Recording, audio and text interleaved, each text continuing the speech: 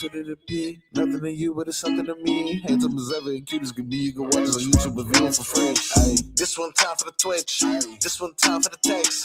This one time for the phone line. Whole time, what they gonna do next? You know, I just wish you guys would stop the quibbling.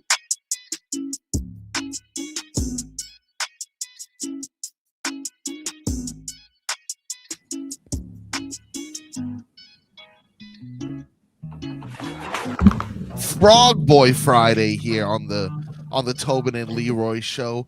Good morning to you all, Leroy. Boy, can I just tell you, Yeah. if the last two games are any indication of what the Stanley Cup finals are going to be, Woo! buckle up. Yeah, listen, I'm obviously not as locked in because the Panthers aren't, making. Yeah, but I love sports. I love sports. And hey, it's hard to deny what we've seen in these first two games, dude. Right. The crazy thing is that you see a sense of urgency that you don't see in any other point in time during the year. With playoff hockey, Yeah. like it almost seems like when a team gets down, they don't get tight. They get really loose. And they just go out there and like, what the hell? Right. And it works. Teams have, the score should be the same. It should be 1-1, but the games should be swapped. Because the way the team losing came back, the way Vegas came back in game one, and the way Carolina came back in game two, right? Like, that's just bonkers. Yeah, no, it was thrilling is an understatement. Again, like I said, I'm not watching the Panthers, but it is hard to deny what we've seen in this second game here. Vegas, after giving up one in the first, comes out to a 2-goal lead to start the third, and it's looking like they're gonna take it.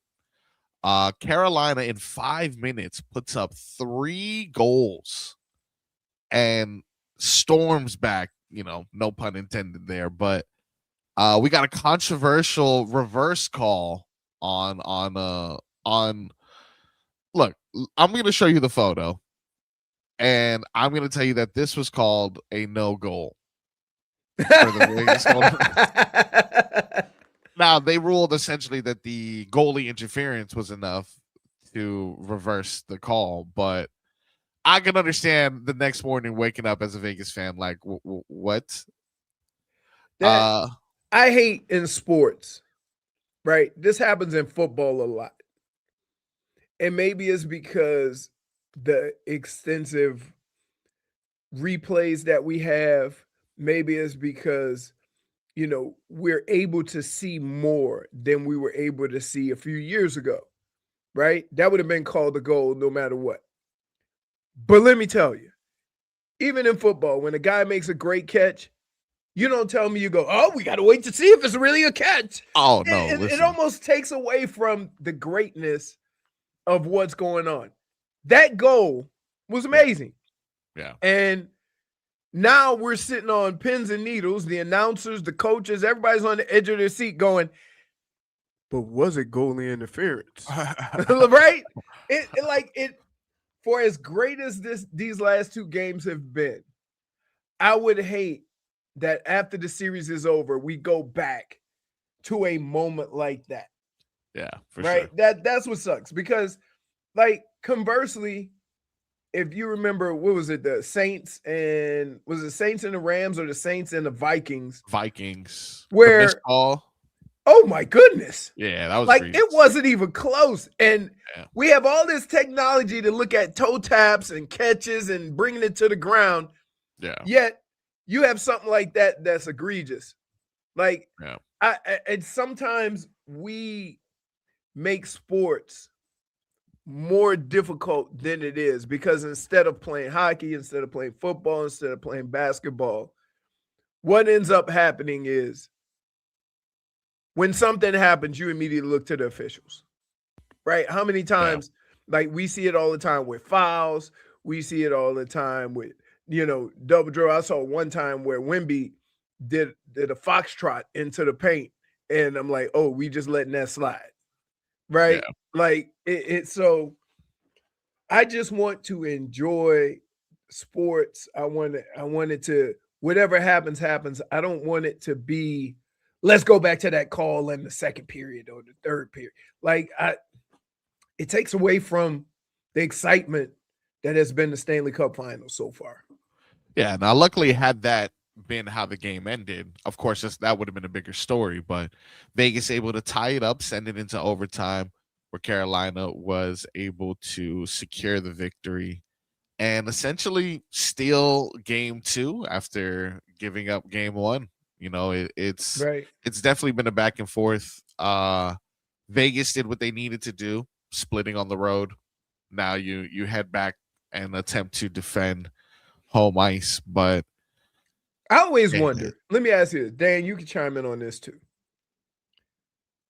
Would you rather play the first 2 games on the road and it gives you 2 chances to steal home court or home ice or whatever?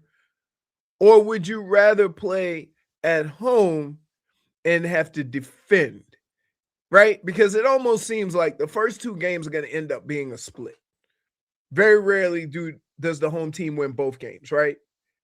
So wouldn't you rather go on the road first and then go back home? I know it sounds weird because it means that you're not going to have game 7 on home ice. But I just think for a start, I'd rather have a good start. And to be able to go back home like Carolina, even though they blew that first game, they now have home ice. Yeah, look, I always feel in the same way I feel in Family Feud, actually. You may get enticed to play because you see the answers on the board and you're like, oh, I know this. But it's always wiser to pass and attempt to steal the points after, because you have 2 opportunities there. And you get a chance to think about all the answers as a group. Oh, yeah, exactly. See all the ones. So if you do the same thing in regards to sports, they get the first 2 games. And you have an opportunity. You're just trying to steal. You're just trying to steal. No, it's the same thing. Totally the same thing. We're just talking about some of the best 2 games of hockey we've seen. Yeah. Everything relates to game shows. It's just like Family Feud. Same thing, dude. But Dan, don't you? Would you rather play? Because everybody brags about having home court, but most of them lose it right away. Well, football and basketball and baseball and hockey are so different because of the way it's set up now. In football, you definitely want home field. Yes. Like that's why I didn't include football. Right. I know. I'll tell you, and once again, I'm going back to my playing days, my illustrious playing days. Back in my day, I don't care when, where, however, let's go play these games. I don't care if you get the first 2. I don't care if we get the first 2. But if you put it up to me and said, what would you prefer? I would prefer the home court. So I would rather get the first 2, knowing that if things were to go wrong, I have somewhat of a safety net going into game 7 being at home. That's the way I look at it. Right. Wow. I get it. But how frustrating would it be to split and then the other team say, it's a 7-game series. You have to look at it like a 7-game series. You can't get freaked out about one loss. I got you. So you're saying the game 7, having game 7 on home ice is the most important thing, or home court. Those are the most important things. And meanwhile, we're going to say this, and OKC lost. Right. The other thing is, I know. You can't be afraid to get punched in the mouth in a heavyweight fight. You're going to get hit. Right. Don't worry about that. You just move on. And yes, OKC did, as one of the best teams we've seen in the regular season in a long time, go into game 7 and lose it. So yeah, I understand. At home. Yeah. Right. But it's just, I think it's almost like like you go back home 1-1 after being on the road for 2 games. You go home with a different level of positivity. You go home with a different level of excitement because, right, and guess what? Like, if a visiting team gets blown out the first game and win the second game, they'll go back home going, we did what we need to do. We got to split. But you never hear the other side of that, right?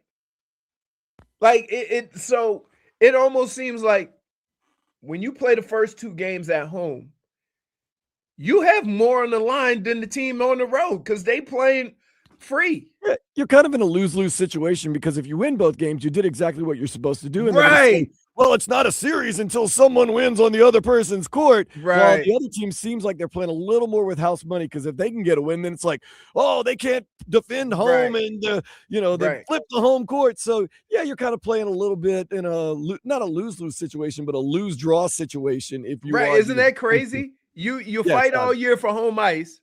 Yep. You fight all year for home ice. And then it gets to this point, and the other team leaves excited. Yeah, we got to split. I will take a second to thank our friends over at Doral Kia. These headlines are brought to you by Doral Kia. You can always pay less with your Pricito at Doral Kia. Visit them at Doral Kia or DoralKia.com. And also to say thank you to our boy Dan Day, whose lovely, lovely voice you just heard there. Dan, how are you doing this morning, sir? Full of coffee and a little bit of donuts on National Donut Day. So I'm very excited. National Feeling good. Donut Day. Hey, were you here yesterday with those do you like those crazy donuts? Today and yesterday and today, man. Full of donuts. You like I'm talking about the The you like Dandy specialty. Oh, Everyone yeah. was asking about that sour cream donut, Leroy. yeah, it's delicious. Dope. It's Is dope. it? Yes. Are you kidding What me? is- Dude, there is nothing better if Sour cream. you like milk or you into coffee, right? Yeah. To have one of those sour cream old-fashioned donuts. Yeah. I And- gotta and look, I don't can't sleep. even- You can get it in chocolate too. chocolate sour cream. You can get chocolate, you can get blueberry. Like yeah. Those things are delicious. I don't know why people think you got to be old to enjoy that. No, you right? definitely. Because you I tell you definitely- what, I'd much rather a couple of those donuts than a donut with some fruity pebbles sprinkled on it. Oh no, it was delicious. It was great. I felt my arteries clogging, but it was good. It was Yeah. good. Totally worth it. I also want to remind you guys that we got a text contest going on. It's been going on all week. It is the final day because the summer of soccer is here. We are giving away a soccer swag bundle valued at around $250 from Sinbad Sports in the Coral Ridge Mall in Fort Lauderdale. For your chance to win, text the word KIT to 20357. That's KIT to 20357. KIT. For more information, go to WQAM.com. This is a text contest. Message and data rates may apply. Do not text and drive. A couple other headlines for you. The Marlins back in action today. Took yesterday off as they were traveling back from California to That's a long trip. it's a long trip. To head to face the Tampa Bay Rays. No longer the Devil Rays. Messed up, dude. Except on the home Fridays, whenever they do the retro stuff. That's what someone told me the other day. You know what? Did you That- see who was it? The Marlins are coming out. The Marlins are doing retro stuff. I forgot They- what week it is. I saw it on TV. I like the old stuff. They have a bunch of different themes. We've been noticing this for the past couple of years. The Marlins do an excellent job of marketing. I'm actually going to Flanagan's Fest in 2 weeks. Yeah. I Of am course gonna you join are. that one. Oh, listen, I gotta get a new Flanagan's Marlins jersey. Hey, can I just say this? Yeah. Rib rolls Oof. and ribs, and they don't have terrible burgers, Yeah. right? Yeah. And every now and then I have a little mahi, but those Flanagan's rib rolls. Oh, Wait, you know what? You brought up a good point. Dan, is this chicken or mahi? To me, it looks like chicken. All right, is this chicken or mahi? To me, it looks like mahi. All right, everyone's a genius then. Huh? Hey, Everyone's a wait, genius then. huh? Marcos. Yeah. I mean, Dan. So yesterday he swore that he couldn't tell the difference. I'm like, They we can look tell the similar, difference right dude. away. Because you know what? When it cooks and you put it on the grill, it burns differently and it's shaped differently. There's no square chickens, dude. No, okay, listen. And mahi is kind of like squared off on the edges. That's just, chicken. but look at the grill marks and Look the at how skin light the color. grill marks are on the fish versus how dark they are on the chicken. That's what I'm talking about. Yeah, it's a poor quality picture. Really, that's the issue here. I'm gonna get you one of these days. I'm gonna get some You're more not gonna convincing get me. photos. No, I'm gonna get you, dude. You're I'm not totally gonna get you. me. Wait. First of all, Yeah, try that with an amateur. I am a all right, professional.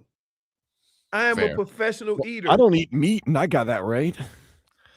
You know, the problem is the cut. You guys go for the cut immediately. A square cut No, mahi, the of course, burn, is gonna give it away. the way it cooks. No. Like you don't cook fish as long, so the grill marks aren't gonna get as dark. There's Whereas a something piece here. of chicken, the grill marks are Promise. darker because you got to cook it longer. All right, we'll see. We'll see. Okay. All right? We'll see. Okay. All right. And look, in fairness to you, because you're an amateur, Yes. the sauce on the side will also Oh. indicate. You know, see, but you're talking about all See, these extra things, you know. Fish comes with a kind of a cream. They always Yeah. put it around the outside of it. So, like, you just know, dude. You just know. All right, we'll see. You ain't gonna get me chicken or fish. You're not gonna get me. No, you're ruining the integrity of the game. It's called chicken or mahi.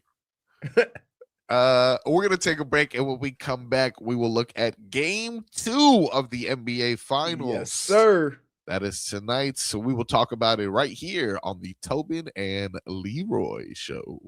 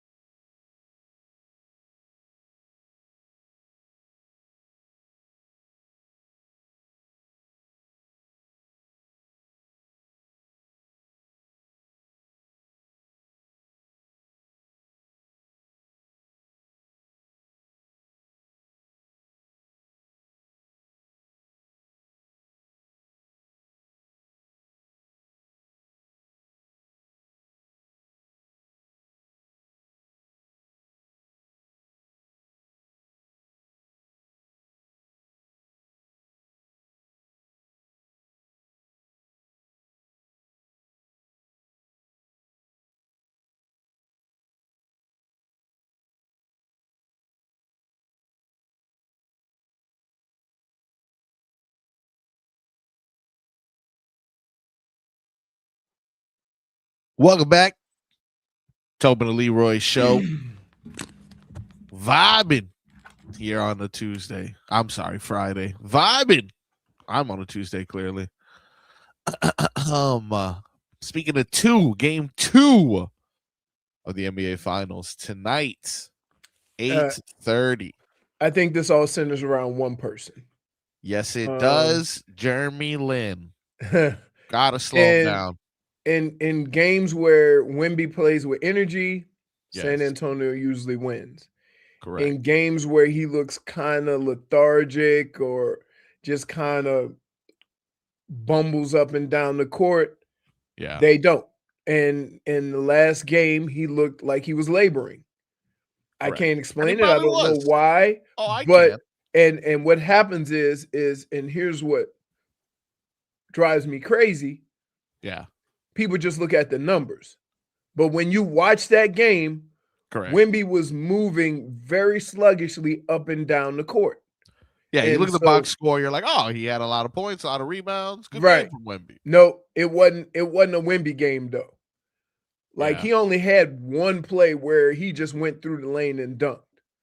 Yeah, I Right? think he had more turnovers than assists, if I'm not mistaken. The other thing is, how you gonna be Hmm? the defensive player of the year Yeah. and let Cat just blow by you 2 or 3 times? Cat's That's a good kinda player, embarrassing. dude. Cat's a good player. I'm not saying that. You Yeah. also defensive player of the year. For Let sure. me ask you a question. Yes, sir. Would Bam have done that? Would Cat have gone by Bam like that? No, I don't think so. Was he the defensive player of the year? Never. So Never you was. expect more from the guy who got the award. You would, yes, you would Okay. expect more. All right. But I So- would say he's tired, like you mentioned. He's just tired. But he looked like this in the last, so after game 3 or 4, right, with OKC, I thought, okay, OKC gonna take control of it. They're gonna push him around because he looks kind of sluggish. He doesn't look like he has his energy. But then in game 7, right, he played with energy. So I don't know whether it's an up and down thing. Is he gonna?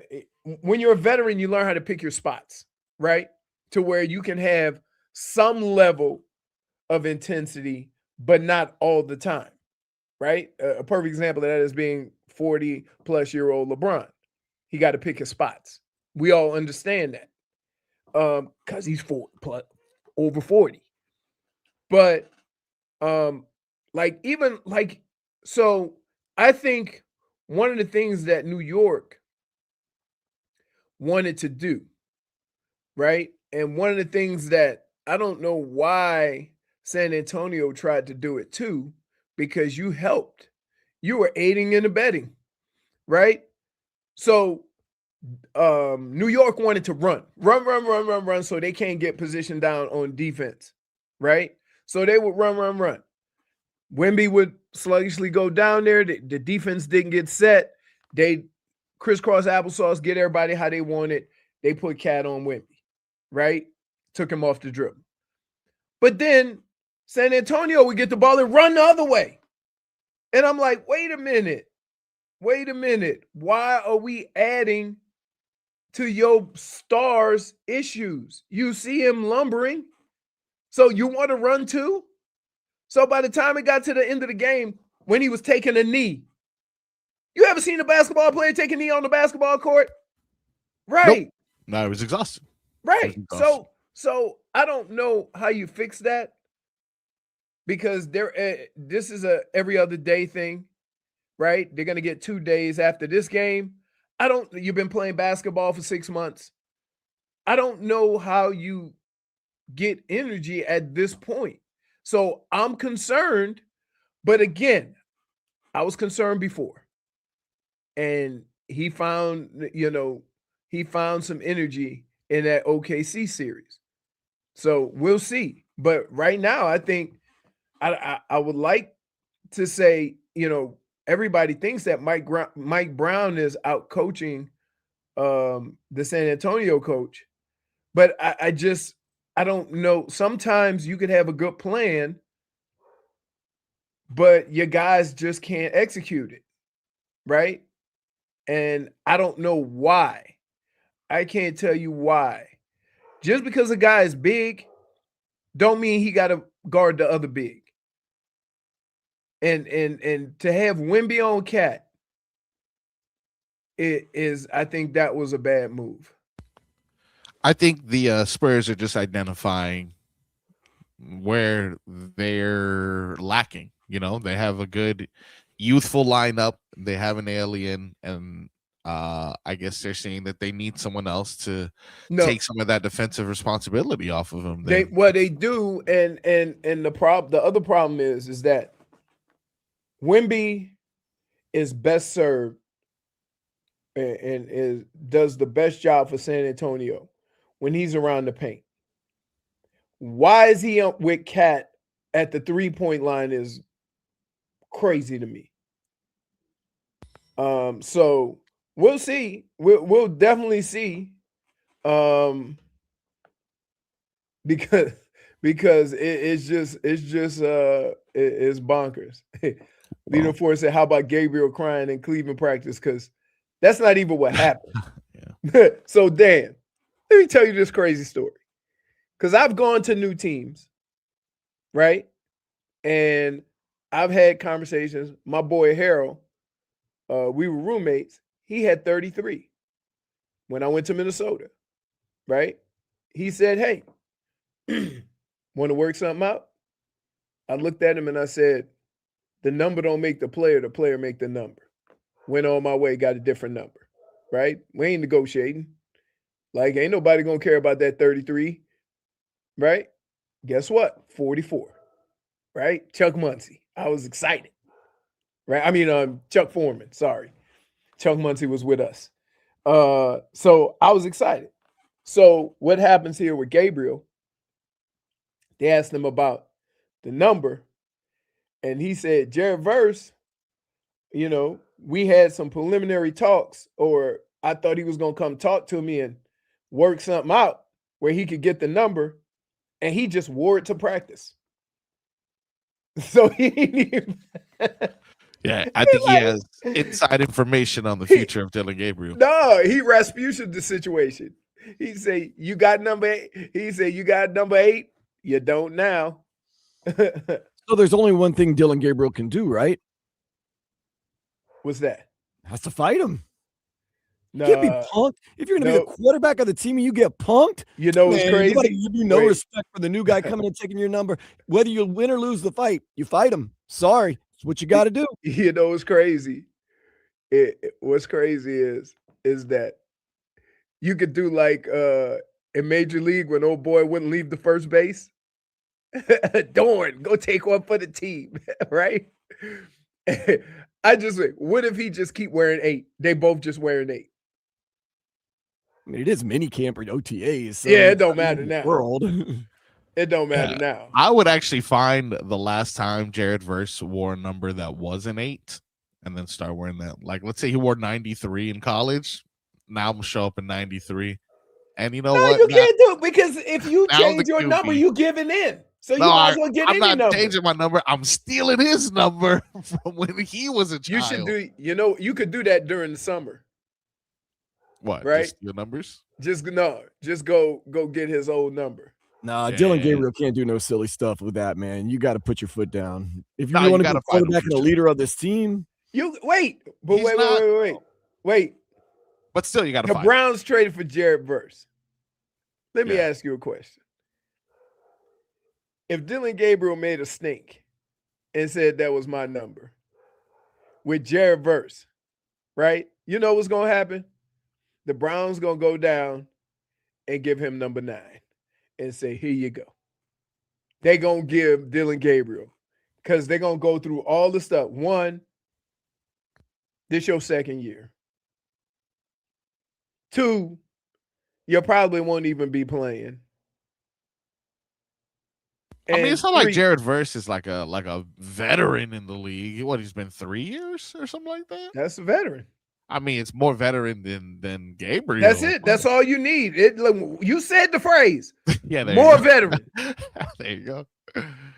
Listen, I think Dan's right though. I think he has to actually wait till cameras are pointing and there's more people around to break it up, and then start a fight with Jennifer. Dude. So everyone sees it. By and the then you way, get the guy to by the hold way, me back. Hold me back. by the way, Yeah. that works on TV, but then you got to go in that locker room. Very true. Very true. Dude, I'm Yeah, telling you. Hey, some guys in that locker room are about that life. Everybody ain't clean cut and whatever. How do you think you can get a guy to do what he does on that football field? Because he's been about it his whole life. So that's a game you don't want to play. Everybody know the people too. So that's a game you don't want to play. Yeah, they already have more. They already have more invested in Verse, right? They traded a Hall of Famer. Leroy, I don't like you doing a show with the comment section. I That's don't fine. like this. Yeah. I don't like this. Yeah. Dan, have you ever seen Any Given Sunday? Yeah, of course. I think I saw it in the movie theater, to be honest with you. Saw it in the movie. So you were one of the $100 million that they made. You were a couple of those dollars, huh? Yeah, probably so. Yeah. I'm trying to explain to Leroy all week. I've been trying to explain to Leroy that of all football movies, this is the one he has to watch. Never seen Any Given Sunday? I've never seen it. I mean, it comes on all those USAs and TNTs. But I'm saying, like, I haven't sat and watched it. Like, I've stopped, when it was on TV and maybe gave it 2 minutes. I'm like, no. Come on, Willie Beeman. Come on. No interest. No interest. None. A sport that you dedicated your life to. Yeah. And a movie that's dedicated to that sport. No interest. No interest. You know what, though? He does this with all football movies. I do it with most football movies. We went through all the Rotten Tomato scores for all the football movies. Draft Day? Oh, No. we didn't do Draft Day. Oh, No. that's good. Let's see that one. Oh, I got to see that one right now. I've never seen Draft Day. That's about the It's Browns, a creative though. movie. From what I hear, it's somewhat realistic. Of course, all movies are somewhat realistic. Yeah, let's see. Draft Day, Rotten Tomatoes. What do we got? Now, here? you know what's crazy? I did see the baseball movie. 60%. What was the baseball movie? No, baseball movies are different, though. Bull You're talking Durham? about No. He's talking about Hardball, probably. Hardball. I did watch Hardball. Yeah. No, Because that was kind of a true story. Moneyball? Moneyball. That was kind of a true story, right? What's the Keanu Reeves baseball movie? Based on Little Giants? No. The Keanu Was Reeves. the one where he was a lawyer and he got caught with some crack and he had to coach a little league team? Yes. Was it crack? Yes, I I remember. He did something. You can't What a premise. Hardball. But that's what it is. He had to coach little kids. You're arrested for drug trafficking. Yes. Your community service is to be around children? Leroy, it was gambling debt, dude. Gambling It wasn't crack, dude. You accuse John Wick of doing crack. No. You better watch out, bro. You better watch out. He's coming for you. All right, we'll take a break. When we come back, we got Dan Day here today, which is great because usually in the third segment of the first hour, every time I host, because I'm lazy, I always celebrate day to day, find out what celebrities are celebrating their birthdays today and what other random days there are that we need to celebrate. But we already know today's National Donut Day. So we know that we're celebrating that. We're celebrating Dan Day producing our show, and we will celebrate celebrity birthdays when we come back with Day Today on the Tobin and Leroy Show.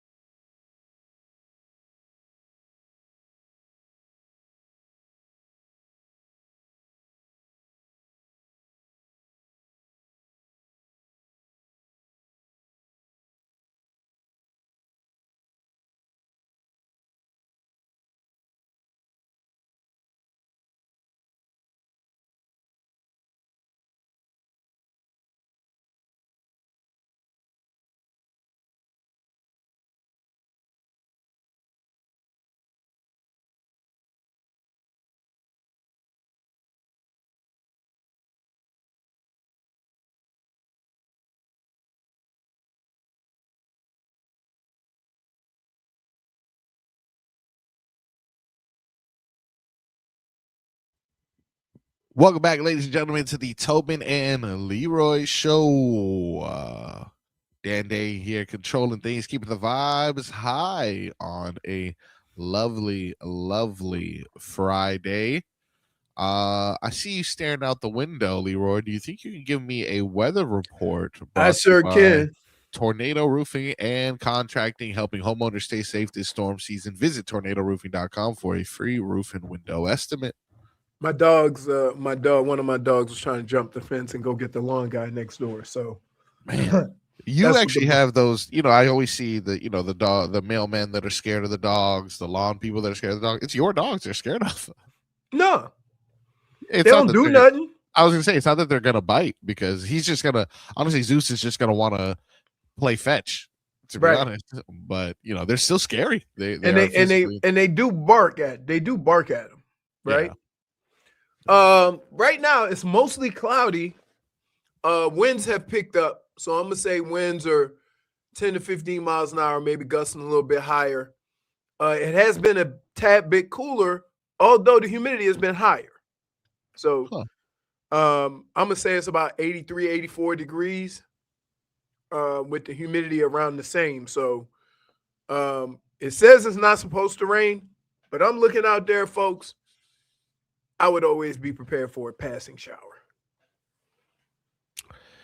Yes, indeed. I have here that it is currently cloudy, as you mentioned, listed at 81 degrees, and humidity is actually low. We got humidity at 60%, and that's probably because we are scheduled for some showers in a little bit over an hour.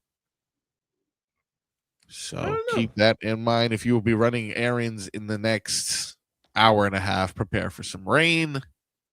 And let us prepare to wish a happy birthday to these celebrities. See if you know any of these names on our favorite segment to play at this time on this day. Day to day. Tell me if you know these names. A happy birthday goes out to Ninja. Do you guys know Ninja? You guys familiar with Ninja? I don't know, but that's kind of close. Fair. Okay. Listen. Is he an influencer? He is a gamer. He is a gaming streamer, and intangible, by the way, if you're wondering. Right. And he is famous for Fortnite. When Fortnite was in its heyday, he was one of the guys that helped bring streaming into what you see today. You see the iShow Speed and the Kai Cenats and stuff like that. Kind of started with people watching a lot of gamers, including Ninja. So shout out to him. He is turning 35 today. Here's a name that you will recognize for sure, either by getting one of his delicious burgers, even though I've never had one, or by hanging out with the Funky Bunch. Mark Wahlberg. Yeah. How old do you think Marky Mark is turning today? Mark is 55. Whoa, 55 on the head, Leroy. Wow. That's good. Yeah, I tried to figure out when they were out. Yeah, that's good. And how old I was, because a lot of times when you hit these groups when they first come out, they're like low to mid 20s, right? We didn't have these teenage, groups back then. Yeah. So that's it. Hey, the math was mathing on that one. Yeah. Pete Wentz. Are you familiar with Pete Wentz? Sounds familiar, but not. Yes, you're familiar, of course, with his band, in which he was probably one of the more famous bass players of all time. He was in Fall Out Boy. Oh, okay. Yeah, he and Jimmy Butler. Is that they write rhyme? They write they don't write tragedies. What's that? No. I write sins, not tragedies. That's Panic at the Disco. That's Panic at the Disco. Okay. Yeah. But I remember Fall Out Boy. Oh, is that Uma Thurman? That is Uma Thurman. That is. Yeah. Let's see. Sugar, we're going down. Oh. Dance. Okay. Dance. Okay, so that's forefront of the emo movement. Yeah. Pete Wentz too, like one of the rare occasions where like the lead singer, lead singer got some love, but as far as like who the heartthrob was, it was Somehow Pete Wentz wrote all the songs. He's Ashley Simpson's baby's daddy. Yeah. Aren't we all Ashley Simpson's baby daddy somewhere on the inside? I don't even know what Ashley Simpson's doing now. Joe Gatto today from Impractical Jokers celebrates a birthday. How old do you He's think? got to. Oh, I didn't ask you about Pete Wentz. How old do you think Pete Wentz is turning today? Dan? 47. Damn. Yeah, I was gonna say 47. Leroy is on a heater. Oh, I was right. 47. I'm not looking either, folks. Oh, this I am is not crazy. looking. This is crazy. All right, you're 2 for 2, Leroy. Never have you been 2 for 2. Joe Gatto, Impractical Joker, celebrating a birthday today. By any chance, how old this gentleman is? 53. Do you know which one Joe Gatto is? Yeah. Okay, cool. 50 for 50, Joe okay. Gatto. Close though. See, now Still close. the reason why it's harder for me to do these guys and not and easier for musicians Yeah. is because they just popped onto the scene, right? Yeah, I feel that. And yeah, so yeah. with like you can kind of do it with maybe child actors. Like, I mean, think about this. How does Mary Kate and Ashley Olsen. yeah. Oof. Look, You see what I'm saying? They've been around for so long. Yeah. I don't think they're 40 yet. Whoa, they have They're to be 40. They got to be 40. I would say 40. Maybe not. On They the might- head? Yeah, I'm trying to. So I'm you trying to telling me- compare them. Dude, Mm. they Yeah. started when, so you telling me they've been around for 35 plus years? Oh, 39 years old. Yeah. Damn. Oh, but their And guess birthday- what? They've been birthday's acting next for week. 35 years. Yeah. Well, accurate. I mean, yeah. They did their It's best show work business. very early. They've been making money from show business for the last But 35 years. they're not even the most famous one right now. No, that's true. Yeah, The yeah. sister. Indeed. She What's is, her name from the Avengers? Yeah, Scarlet Witch. I Scarlet can't remember Witch. what her real name is. Elizabeth Olsen. Elizabeth Olsen. Yeah. All right, let's see a couple more birthdays before we get out of here. A happy birthday goes out to the man who saw ghosts, who recently won a Super Bowl, Sam Darnold. You guys want to guess how old Sam Darnold is? Sam Darnold got to be 33, 34. All right, what do you think, Dan? He might be a little 31. bit younger than that. Dan But says 31. Correct answer 31, is yeah. 29. Whoa, he's not even 30 yet? Not even That 30. dude- Hey, Yeah. it seemed like he's had a football career like Aaron Rodgers, right? He's been Yeah. around forever. He's had 4 different teams. You know who else I would lose with track of how old they are? Who's that? Baker Mayfield. Because Yeah, same for thing, sure. right? Yeah, I don't know how old he is for sure. All right, last one here before we get out.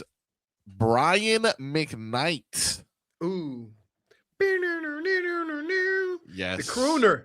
I was gonna ask if you knew any Brian McKnight songs. By Yeah. the way, Baker Mayfield, 31. Right. Like it seems like if you told me he was 38, I wouldn't like even he's lived a hard football life. Him and Sam Darnold, right? Yeah. Let me hear your I'm sorry, Brian McKnight again. No.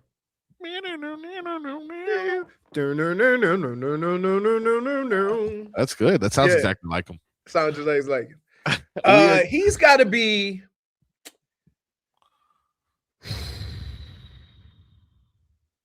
He's got to be around 50, 45, 50. All right. Dan, would you like to take a guess? He's got to be like 56, 57. Hey, listen, I don't know what it is about you New Orleans boys, but you know your ages. 57, Brian. Really? McKnight. Is he that old? He is indeed. Yeah, because we used to have like in speech class, you could like introduce a speaker, and all the girls in speech class used to talk about Brian McKnight. And I was like, well, I was like 15 then, and he was at least 15 years older Right. than me. So Right. Okay. somewhere around there. He broke out into the scene in 97. Now the remix, he had a remix. I can't think of the name of it. It was fire. Brian McKnight. Like, you know what I used to hate? So you go to the music store and you remember that Joe song, or even when Destiny's Child first came out, and Wyclef did that remix. Well, I'm like, oh, I'm gonna go get the album. You go get the album. That ain't the song on there. Yeah, It's the slow version. The same thing happened with Joe. Joe had a remix, Stutter. Yep. And I'm like, oh, this is a banger. You do not know me. I went and bought that whole stupid album. And then I'm like, you were looking for the remix the whole time. Yeah. No, but if you go buy the album that actually has the remix on it, that's the only good song on it. So you're kind of screwed either way. Right. Sometimes you can just buy the single. You just buy the single. Well, they didn't always sell the single right away. Yeah, I know. Yeah, listen, music industry was much different back then. Hey, you also had to go, and you couldn't just pull it up on your iPhone. You had to sing that crap yourself to the person at the record store. You know how that song go? Yeah, listen, it was a talent to work for a record store back then and to know exactly what these people are saying. But you had to name that tune? Reebok or Nike? All right, we are going to take a break and come back with the second hour of the Tobin and Leroy show.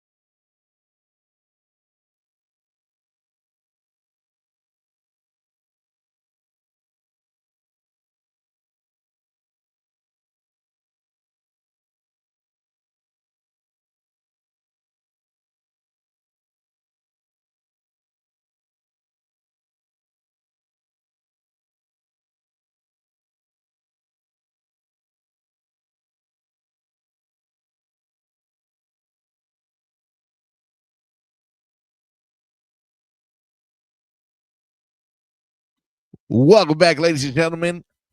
Hour 2.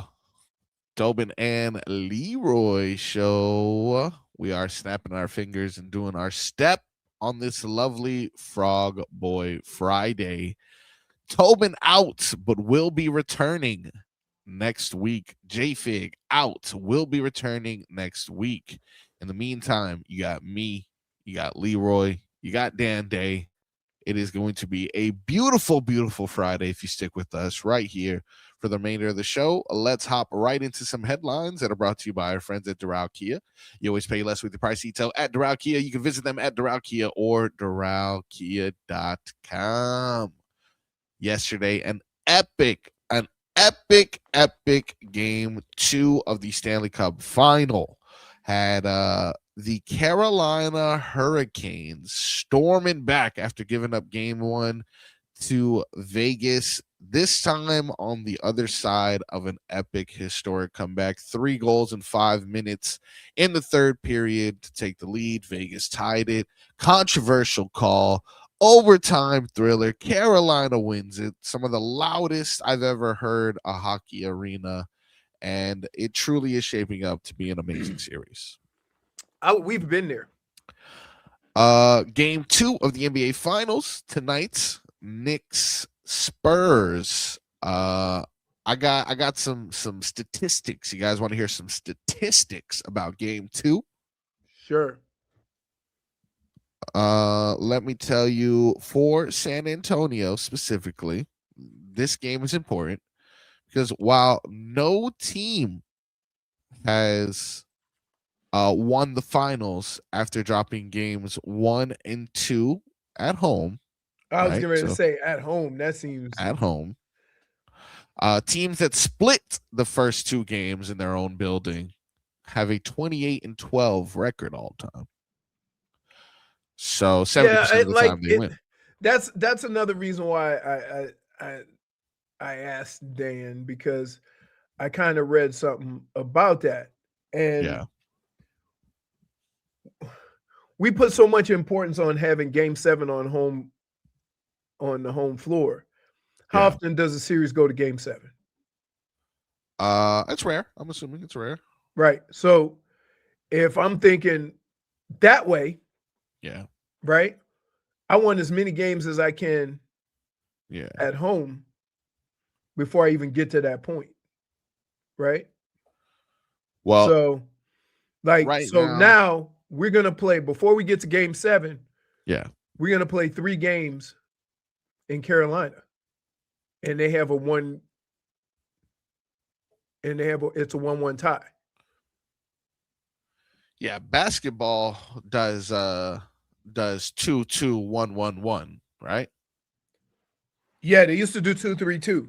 Yeah, and I would always, if I'm the 2-3-2, I would rather play the 3. Yeah, 3 in a row at home that bodes well. Even if you lose the first 2, at least you get 3 in a row, and then you still have a bit of a safety net that you're building up. But if the Knicks are able to win both 1 and 2 on the road, they will join the 93 Bulls and the 95 Rockets, who are the only other 2 teams to win both games 1 and 2 on the road. Of course, both of those teams went on to win the title, so that would kind of, like you mentioned, Dunzo. And I'm only going to be looking at one guy, Wemby. Yeah, and it's not even his output; it's his energy, right? Because how many times did a Knick drive to the rim and didn't have to worry about Wemby? It was crazy. Yeah. Well, look, to give him benefit of the doubt, San Antonio is 5-1 this postseason following a loss. And in those games, he puts up 26 and 10 and 2 blocks. So at the very least, that he responds. He's not just gonna, he's not gonna Chet Holmgren this thing here. Yesterday, Wemby was quoted as saying, "We're not here by chance. It's reassuring to know these guys, the 18 guys we got, are built this way and are resilient." So him. This is a guy who trains with monks and does Navy SEALs things, and does a bunch of crazy mental gymnastics to make sure that he is ready. Can't do nothing. That does nothing for energy, though. It does. It does not. But I just know that I'm not gonna have to worry about mentally. Is he gonna respond? No. I'm not worried about him mentally. Yeah. But I got to tell you, he responds well to people trying to be physical with him. Yeah. Right. He has responded well to that. I don't know if he's ever had to deal with somebody like Cat. And I don't know why the coach put him in that situation. Wemby is best when they set their offense and he's somewhere by the rim or cutting to the rim. On defense, when he's near the rim, defending the rim. The fact that in the first game, he barely was in the paint. How you gonna be 7-4 and not even visit the paint every now and then? That is must have been a schematic thing in which he was told to follow Cat, and the Knicks were like, all right, if he's following Cat, let's take him all out of the paint, beat him off the dribble, and now they have to make an adjustment. Both Cat and Wemby, believe it or not, everybody talks about how you should have a big on them, right? But it's actually the opposite. You want somebody that can move their feet and stay in front of them. That's what you want. And then have Wemby help up top or over the top. Right. Now we have some history on the line tonight. The Knicks currently riding a 12-game win streak in these playoffs. And amid the win streak, Knicks have outscored their opponents by over 272 points, which is the largest point differential in any 12-game span in NBA history, regular season or playoff. Mm-hmm. But tonight specifically, they have an opportunity to compete with the 98-99 Spurs. I've been mentioning as I've been hosting the show that we're partying like it's 1999, reflecting on the 99 finals between the Spurs and Knicks that went 4-1 in favor of the Spurs. But the streak that is currently at risk, like I mentioned, is this 12-game win streak. Mm-hmm. The all-time longest win streak in a single postseason. Can you guess which team? It was 15 wins. Can you guess which team achieved that streak, Leroy? I mean, being that you just said the Spurs, I'm going to say the Spurs.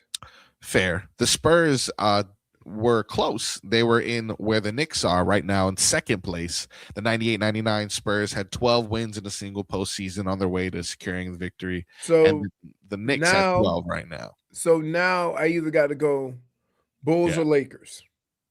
Fair. You'd be wrong with both of them. The Lakers had 11 in 88 and 89, and the Lakers had 11 in 2000, 2001. But there was only one team who pulled off 15 straight victories in a single postseason, and that was 2016-2017 Golden State Warriors. Oh, that would have been, yeah. Now, if the Knicks win tonight, they move into second place with 13 straight wins, making that the second longest active streak, or the second longest streak in a single postseason. So a lot of different things on the line today, a lot of statistics to watch for sure. We'll see, man. We'll see. It was a decent game one. It took a heroic performance by Jalen Brunson. But that's why we here. Yeah. You see what I'm saying?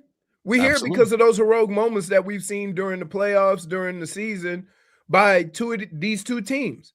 By Wemby, by Brunson, by Vassell, by all these guys.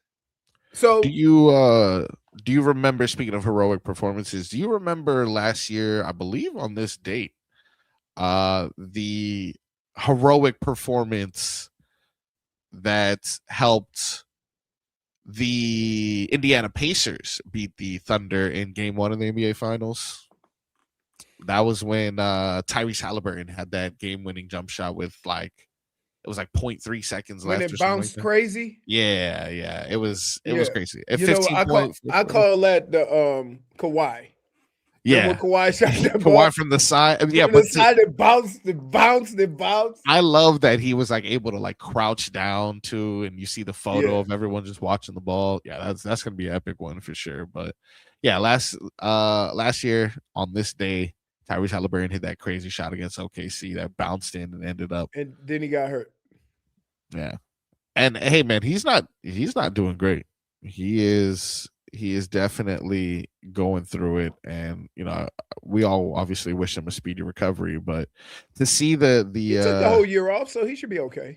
no, but still, he took the whole year off. But there was still like complications that I think came outside of the actual physical injury itself. I think there was some sort of disease, not disease, but like some sort of something that he had that I remember hearing that like went further than just COVID. like COVID.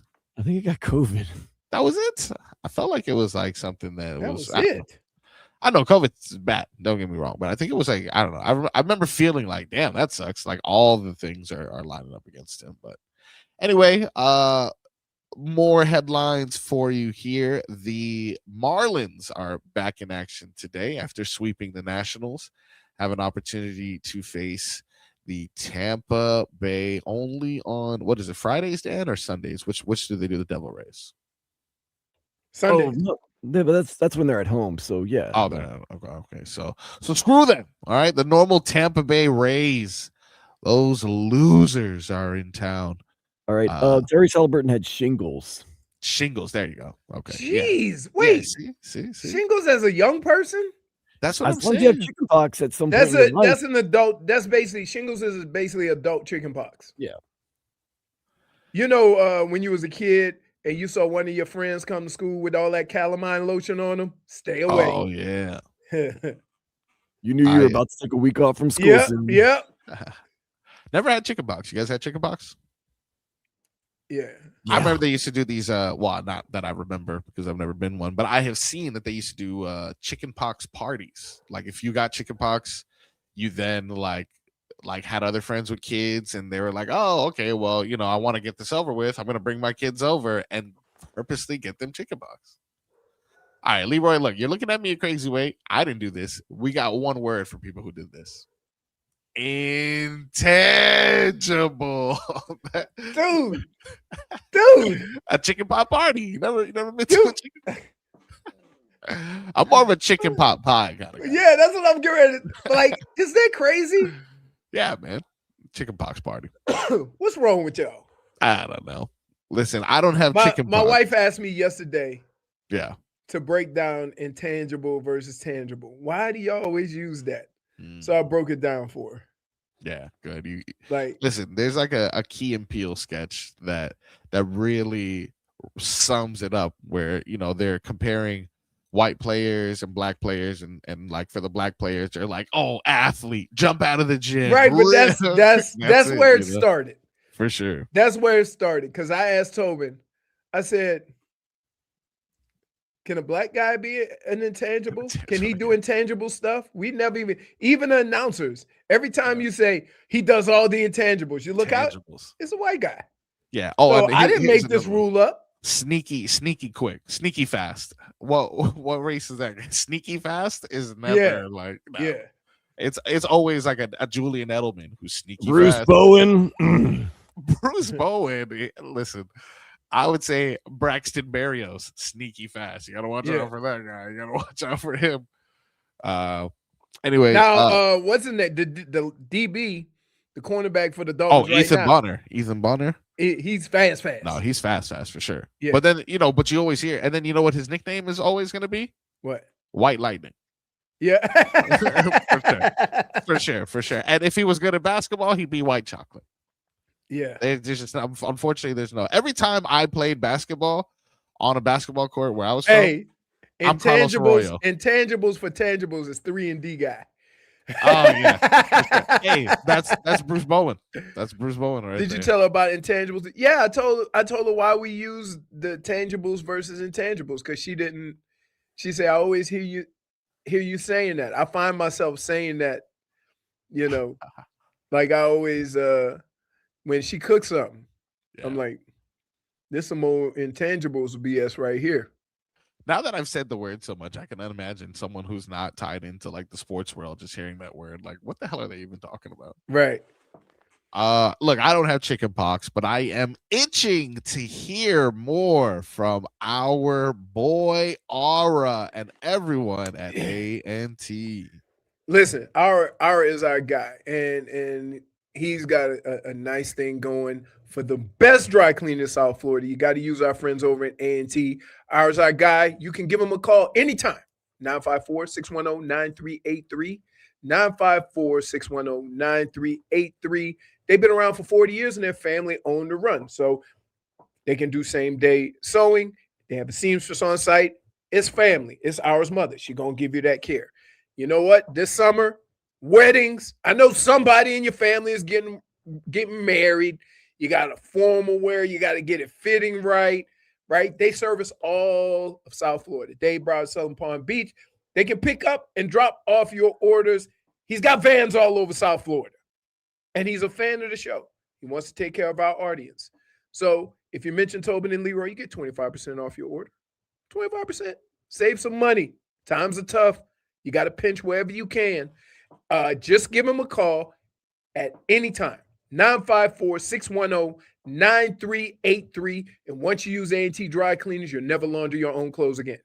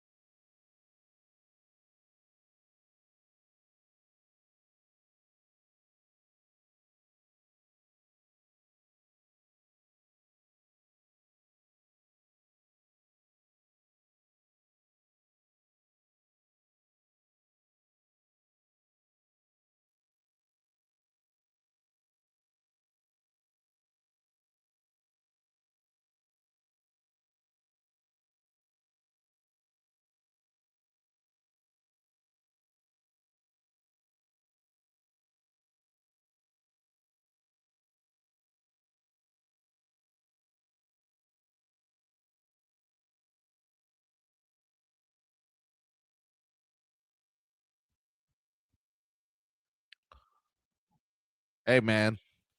Dan's playing the hits. Mm, mm, mm. Let's go. Welcome back to Tobin Leroy Show. It is a beautiful, beautiful Friday. Rocking out here with Dan Day, our boy Leroy. It's going to be a cruel summer, ladies and gentlemen. It's going to be a cruel summer indeed, but not if you are a soccer fan. Actually, it's going to be a great summer if you are a soccer fan, which I know you are, Dan. I've heard that you've made it on over to the new stadium, and I heard it's a bit empty.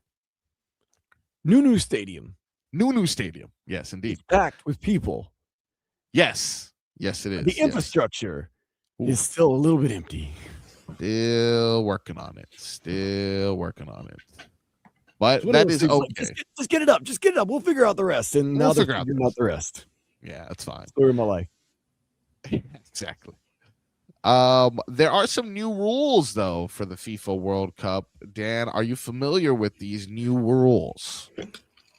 I mean, pay $1 million and watch a game. Although I heard the prices have come down. No, I'd like to hear them because sometimes you're kind of just guessing because each tournament in each league and everything has their own rules. So you can't always know what's going on. So I'd like to hear these rules. Right. So players will now be wearing shoulder pads and helmets and will be fighting for the ball at the center of the field. That's the different football. That's not, sorry, different one. I apologize. That may be a different league. I'm so sorry about that. Okay, here's the right one. The tush push will no longer. Okay, no. They are new rules explained. We're talking no goalkeeper timeouts, a red card for covering your mouth. Strange, right? VAR for corners. Let's start there. As we all know, because we're all soccer experts here on the show, VAR is what we call it. It's what the cool kids call it. Video assistant referee will now be allowed to review a number of things. They're taking their jobs, Leroy. The robots are taking their jobs. An incorrectly awarded corner kick will now be reviewable, but only as long as it doesn't delay the restart. All right. We're trying to speed things up. These new rules are trying to speed things up, Leroy. We got places to be. We got money to make. Can I just say this? Yes. Are people involved? Yes. Then you can't speed things up. Oh, I can speed it up, dude. Yeah, that's my question. When has instant replay ever sped up a game? So it's gonna be so quick. They're like, they'll only do VAR if it doesn't impede the speed of the game. It's like, well, that's what instant replay does, is it stops the game and they replay something. Oh, you don't know, Dan. It's going to be so smooth. There won't be any issues with this at all. A red card that is issued from a second yellow card that is clearly incorrect can now be reviewed, Dan. You like that one, though, huh? That's important. That's important. Because you don't want to be down a man and you don't want to have one of your best players possibly kicked out of a game. Yeah. For the wrong reasons. So, yes, absolutely. That could be momentous for some teams.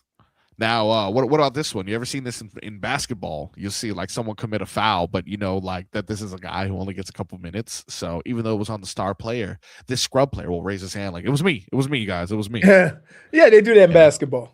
For sure. Now, that's a case of mistaken identity when a player is punished with a yellow or red card for a foul committed by another player is now reviewable, Dan.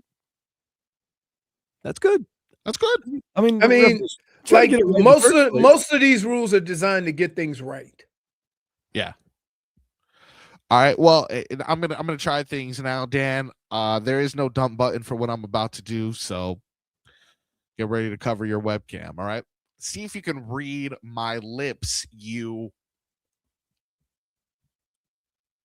see what I just did there? Yeah. Can't say that on air. And you know why I just did that, Leroy? Because now it's a red card. It's a red card for any player who covers their mouth with a hand, arm, or shirt during a confrontation with an opponent will be punished with a red card.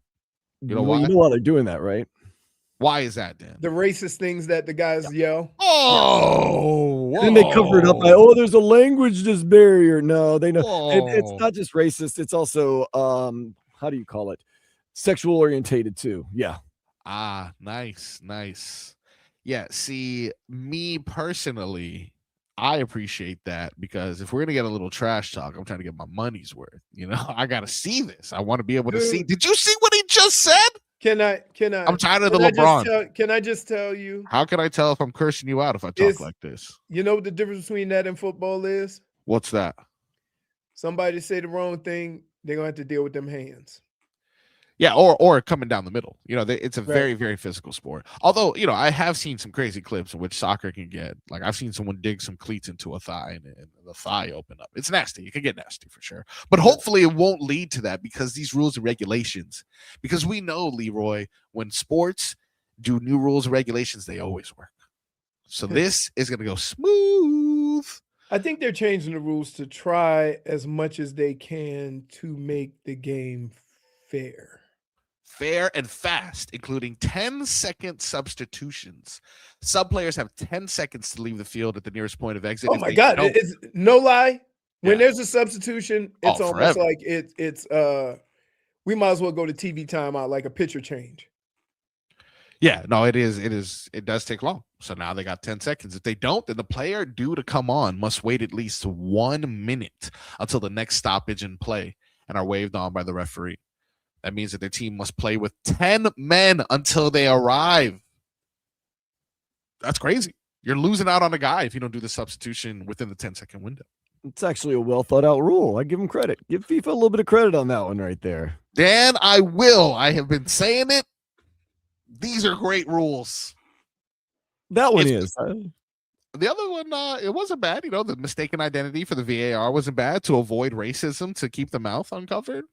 I think, I don't know if it'll avoid racism, but maybe we got a little bit of punishment. You can't be racist behind your jersey anymore. Back in my day, you could be racist behind your jersey. Sorry. 5-second restart. If the referee feels the player is deliberately taking too long on a throw in or a goal kick, they will instigate a 5-second countdown at the end of which team will be penalized. The ref will raise their hand to begin the countdown. If the ball isn't in play by the time that is over, then the possession will be reversed. If it's throw in, then another throw in will be awarded to the opponents. What do you think of that one? 5-second restart. Sounds like basketball. Yeah, come on. We gotta get the inbound in. 1, 2, 3. Injured players leaving the pitch. An outfield player who was treated by medical staff must leave the pitch for 1 minute. There could be exceptions with goalkeeper injuries, severe injuries, or collisions. What do you think of this one? I can't figure out the injury rules with this. And stop adding 17 minutes to the end of a game. I don't know when the game ends. I'm like, that's the most frustrating thing about soccer. Yeah, we got another exciting thing. Yeah, he said the most exciting. Wow. No, I said, did I say exciting? I meant frustrating. No, I said exciting. That's what's exciting about it. They put 6 extra minutes, but you don't know. They're keeping the clock themselves. And, they might let the clock run a little bit if it looks like there's some action. You have to sit on the edge of your seat those whole 6 to 9 to 10 minutes, Leroy. Extra time. There were now hydration breaks each half. There will be 3 minutes allowed in each half for a hydration break due to extreme temperatures in the host countries. So you can imagine Hard Rock Stadium having much more humidity than they may be accustomed to, although they were just in the Middle East. Were they just in Qatar? I don't know. What do I know about anything? A longer halftime break for the World Cup final, huh? That's interesting. We have to hear Shakira do another terrible song like the one she has now with Burna Boy. Shakira, where's Drake? That song is terrible. Her songs for the World Cup and for soccer are just terrible. Did you see? Yeah, actually, I have heard some that are actually sound like some she just threw together. No, it's really bad. But did you see who actually? Did you see who was made the official World Cup song? I Show Speed, a streamer who doesn't even really make music, has now been awarded the official Well, I don't know. Actually, I've heard 15 different official World Cup songs. Yeah, I so thought it was this one with Shakira and Burna Boy. What a combination. Yes. Here we go. Let's listen to a little bit of it. Let's hear it.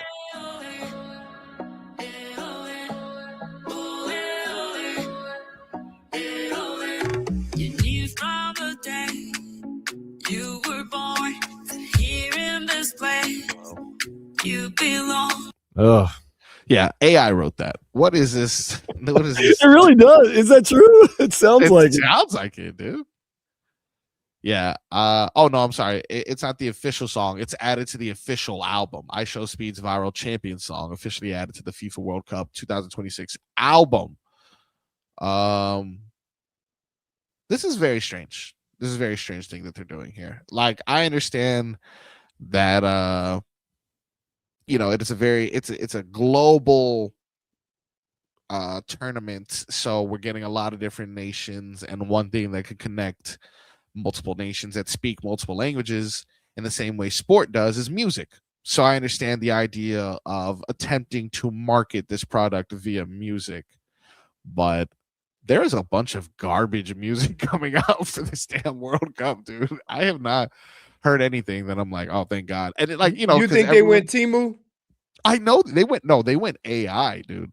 They really went AI with it. Like, I hear all these songs that are like, they're like the official Brazil song where they like name the players in the song or something. They're like Neymar, blah, blah, blah, blah, blah, blah, blah. And it's like, bro, you literally wrote the roster, you copied that into an AI music thing, and then you're like, this is our song. There's no creativity. Back in my day, Leroy, artists had integrity. All right. Whether it was good I or think bad. part of the thing about music is the overall artist making it. Yeah. You know what I mean? Yeah, that's why these AI things will that's never what work. makes it exciting. I mean, I don't know if anybody wants to just listen to music that's created by AI. You want to know the artist, you want to know like almost the story behind the artist, how they put it together. It's kind of crazy that people are satisfied with AI music. Leroy, I'm going to say something really deep here, and I want you to store this in your little pocket of deep things that I say, because it's not a very deep pocket. Right next to those biscuits. Yes. I would say art in general and music is meant to evoke emotion. And when you manufacture something from a website via a prompt, it may sound sonically pleasing and it may check all the boxes that a song is supposed to have, but it won't evoke the same emotion as someone who is describing trauma they've experienced. Or, it's the same reason why certain genres do better than others. The electro vibe or the pop music vibe, will never hit the same as, I don't know, like Amy Winehouse describing her battle of addiction, or Adele talking about a heartbreak that she experienced, just because it evokes those emotions. These AI things that come out for all of these, commercials, or the fear that AI is going to take over the music industry, it'll never make these things will never make you feel the same way Bob Marley, Lauryn Hill, those things. You can't replace those with computers because it evokes the emotion that cannot be explained. AI So, can't tell a story. cannot, man. It'll tell the story that you write, but it's just, you're not going to feel it, dude. You're just not going to feel it. But you know what I do feel like we need to take a break and come back with the final segments in the second hour of the Tobin and Leroy show.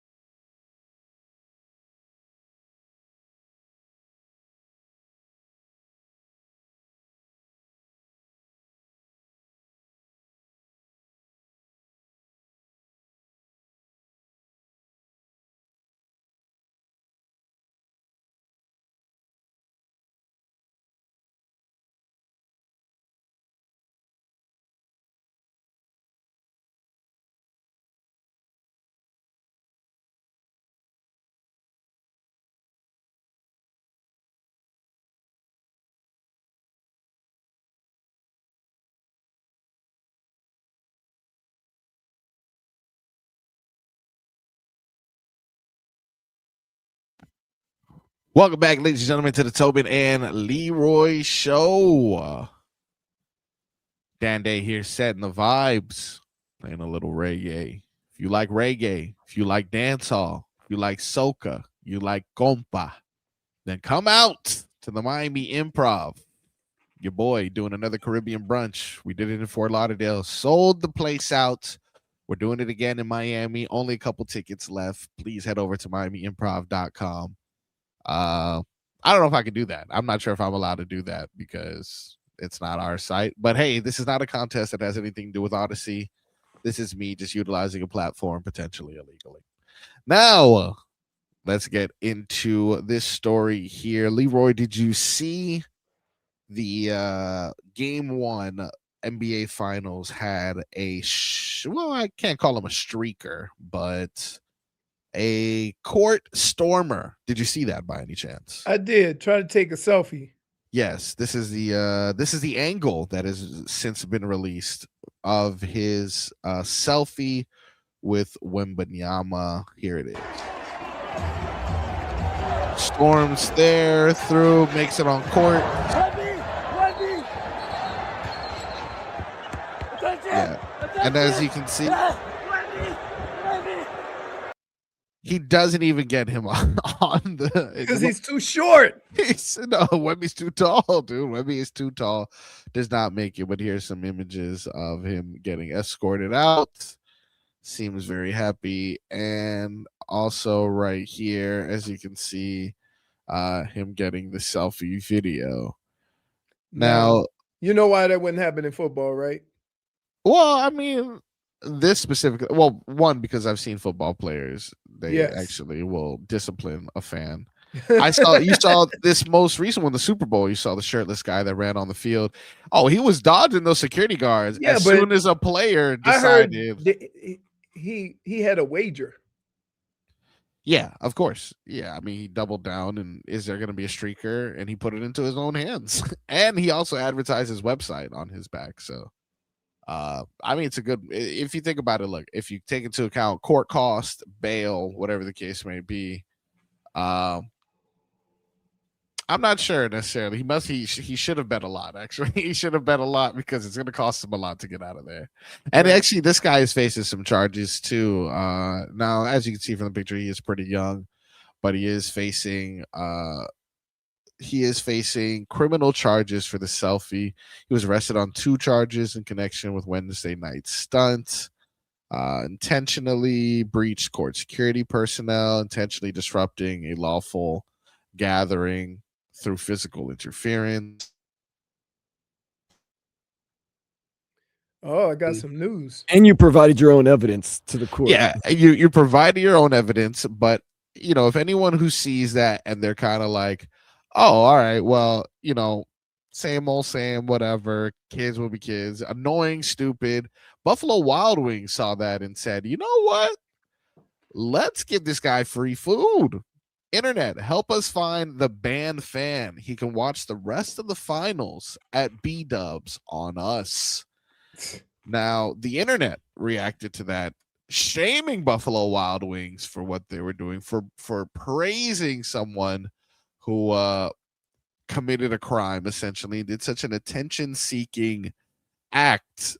These are some of the responses. Holy L, why would we reward this guy? Another tweet here says, probably shouldn't be encouraging others to do something like this. And another response here is, great. Make this happen every finals now. Perfect. You want to make this a trend? Commit a crime. We will reward you here in Buffalo Wild Wings.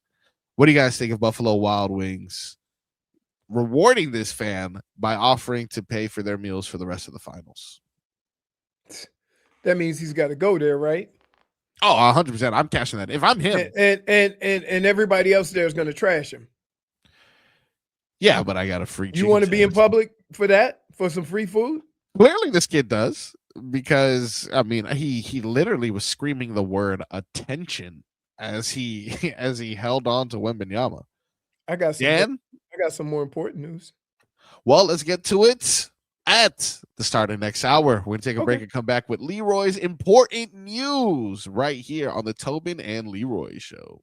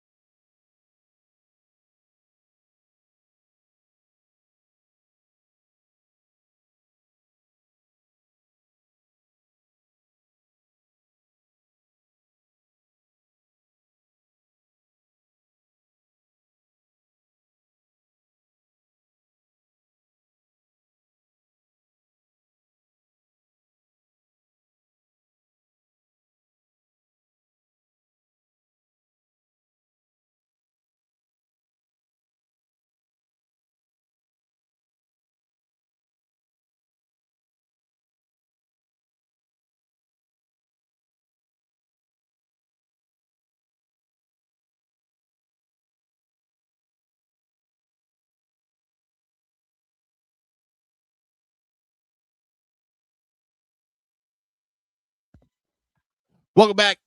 Tobin Leroy, 12 o'clock hour on the program. We are live here on a Frog Boy Friday. Tobin will be back next week. Figgy will be back next week. Want to thank Leroy for holding it down all week with me, and I would love to thank Dan Day pulling double duty as usual, making sure that we are riding smooth during today's show. Let's go ahead and get to some headlines so Leroy can tell us this breaking news. Headlines are brought to you by Doral Kia. You always pay less with your Pricito at Doral Kia. You can visit them at Doral Kia or DoralKia.com. And what will make Tobin extremely happy? Yes.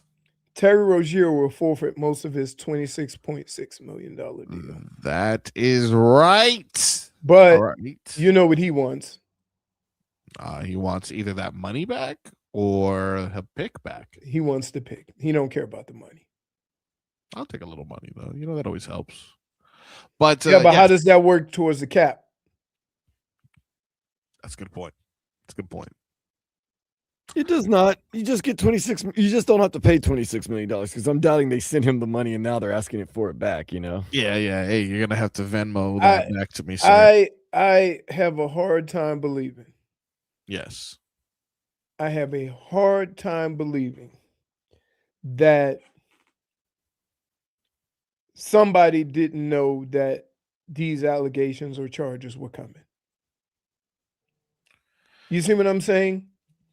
Yeah, Adam Silver. The NBA, when this trade happened, the NBA is kind of making it sound like everything was good. He's been cleared. And if the NBA said that, and the NBA said he was cleared, and he wasn't, then that's shame on them too. Well, obviously we know that the Miami Heat were screwed by the NBA. This update is hopefully pushing things in something a little bit more favorable for the Heat. Like Leroy just said, NBA player and a thief. All right, he's not a thief, but you get it. Terry Rozier will lose most of his $26.6 million salary for the 2005-2026 season. Rozier was originally prohibited by the court from contacting any team members of the Miami Heat or of the Charlotte Hornets, including players, coaches, medical staff, Bernie, I'm assuming. The Heat have since been removed from that restriction, but the Hornets remain. And this was the actual, this was from the lawyer. Under the current ruling of the arbitrator, in an inability to play for or against the Charlotte Hornets would constitute a failure to perform services by Mr. Rozier and substantially diminish or eliminate any chance of being contracted by an NBA team. So essentially, you can't have any contact with the Hornets. How is a team going to sign you if there's an entire team? You got to Why would he want to talk to the Hornets? The Hornets don't want to talk to him. Our deal is done. Well, maybe he's still got some connections there. You never know. But the federal government recently added a charge of bribery to the prior fraud indictment, alleging that Rozier sought and received $100,000 in bribe money in exchange for tipping off a group of bettors about his plan to exit a March 2023 game early due to an injury. $100,000 because he gave up $26 million to get $100,000. Isn't that crazy? Now, I'm not the smartest person in the world. Yeah, I agree. Right? But I will say, this is crazy. This monetarily, it doesn't make sense. If you like money, it don't make sense.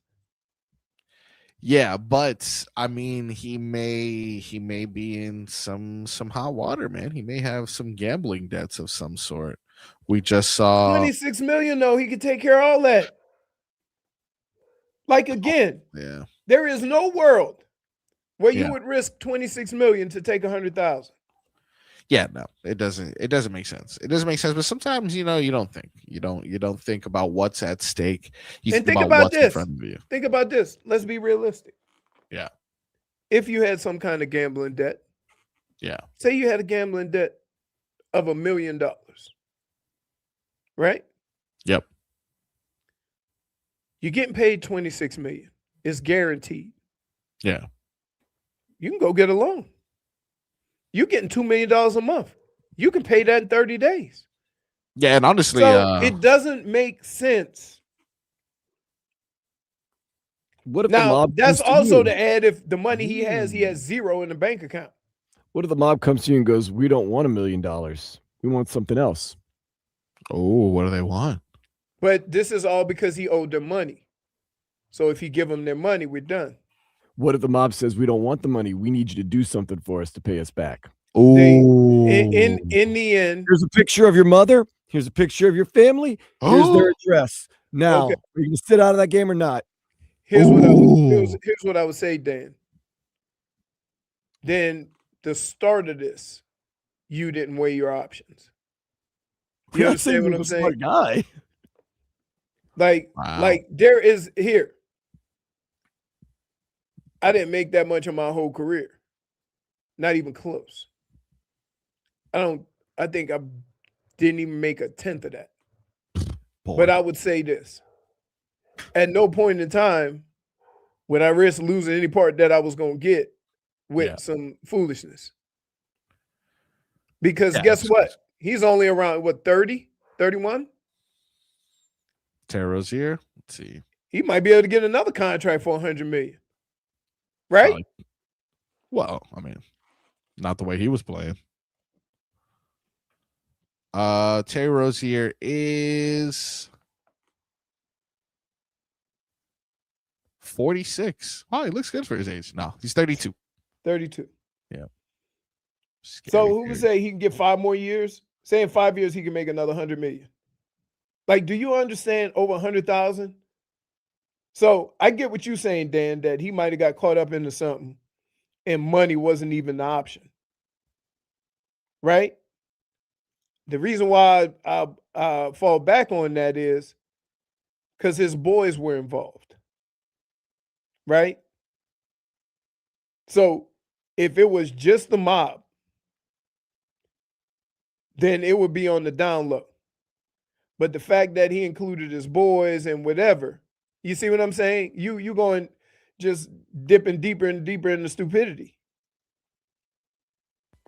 Yeah, I like the fact that finally, the NBA is finally doing something about it.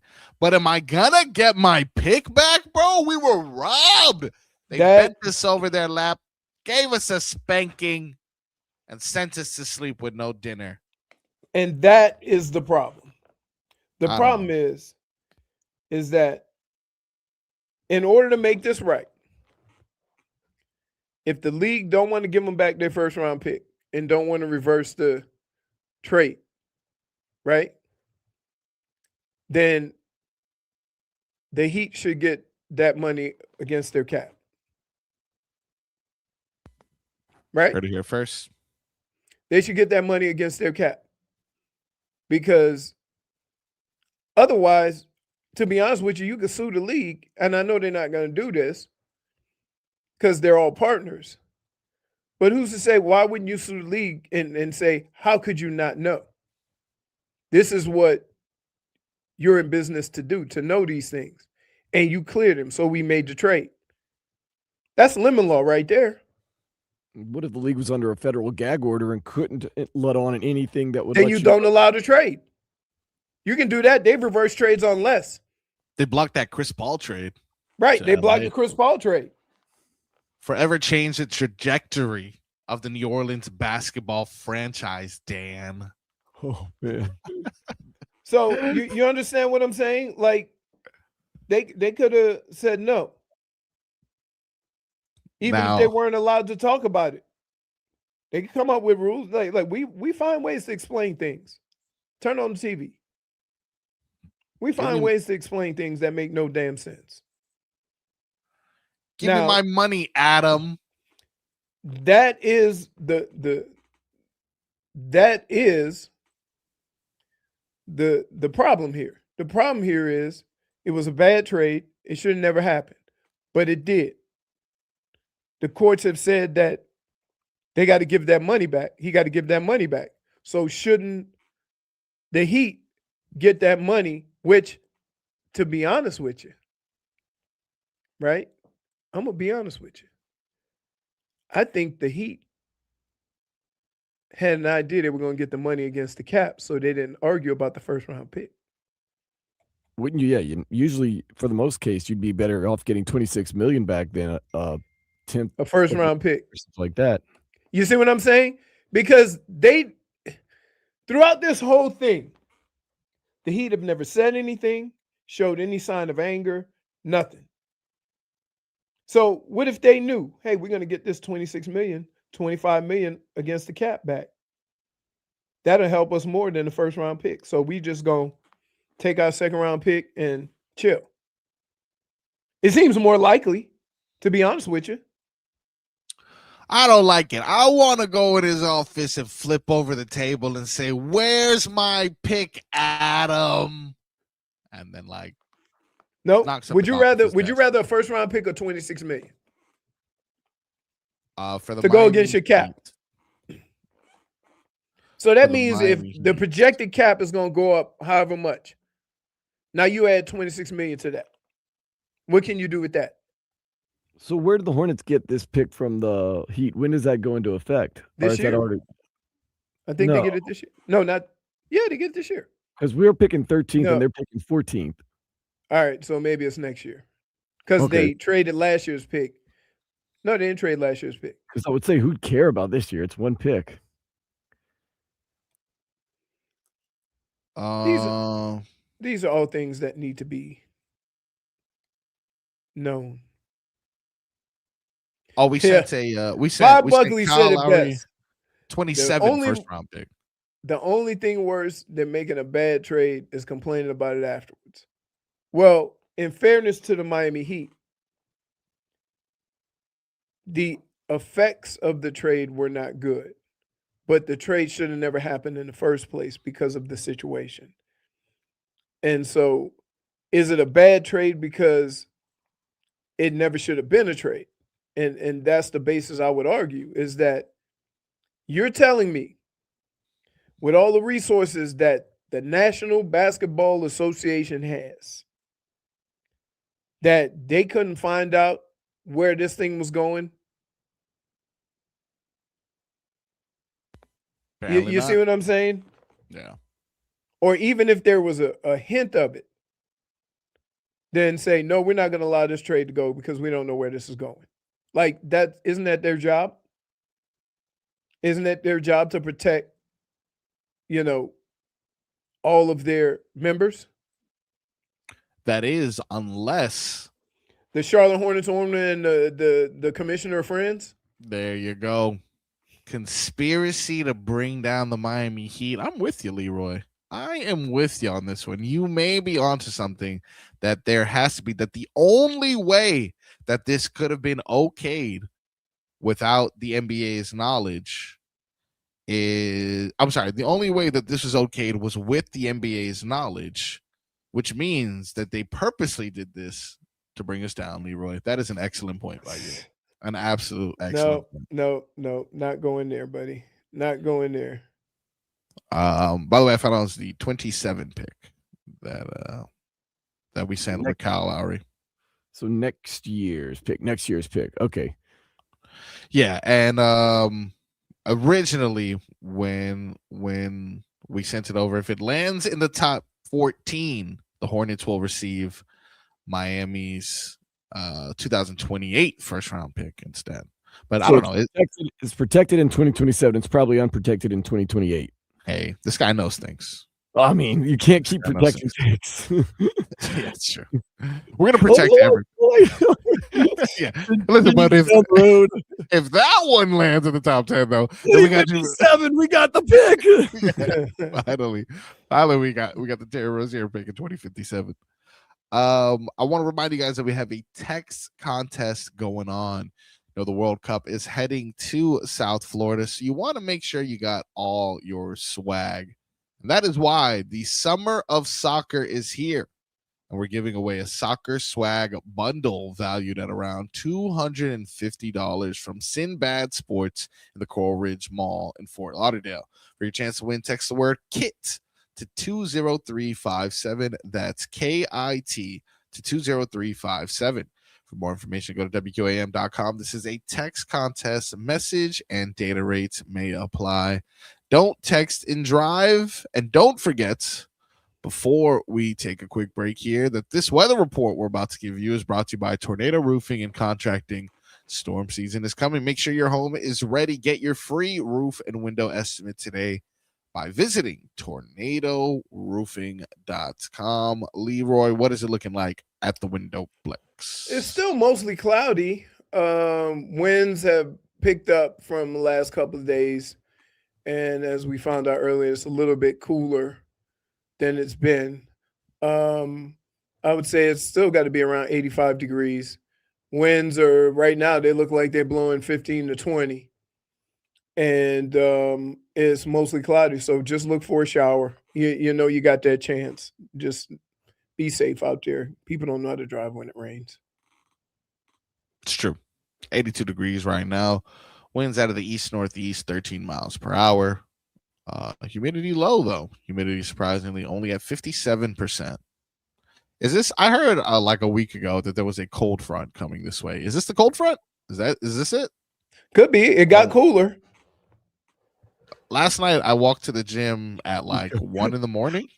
Our in-house meteorologist. Is that the cool front? Could be. It got cooler. Hey, man. Hey. Meteorology school. Hey, Dan. That's Hey, good work, don't mess with our thing. This is how we do weather.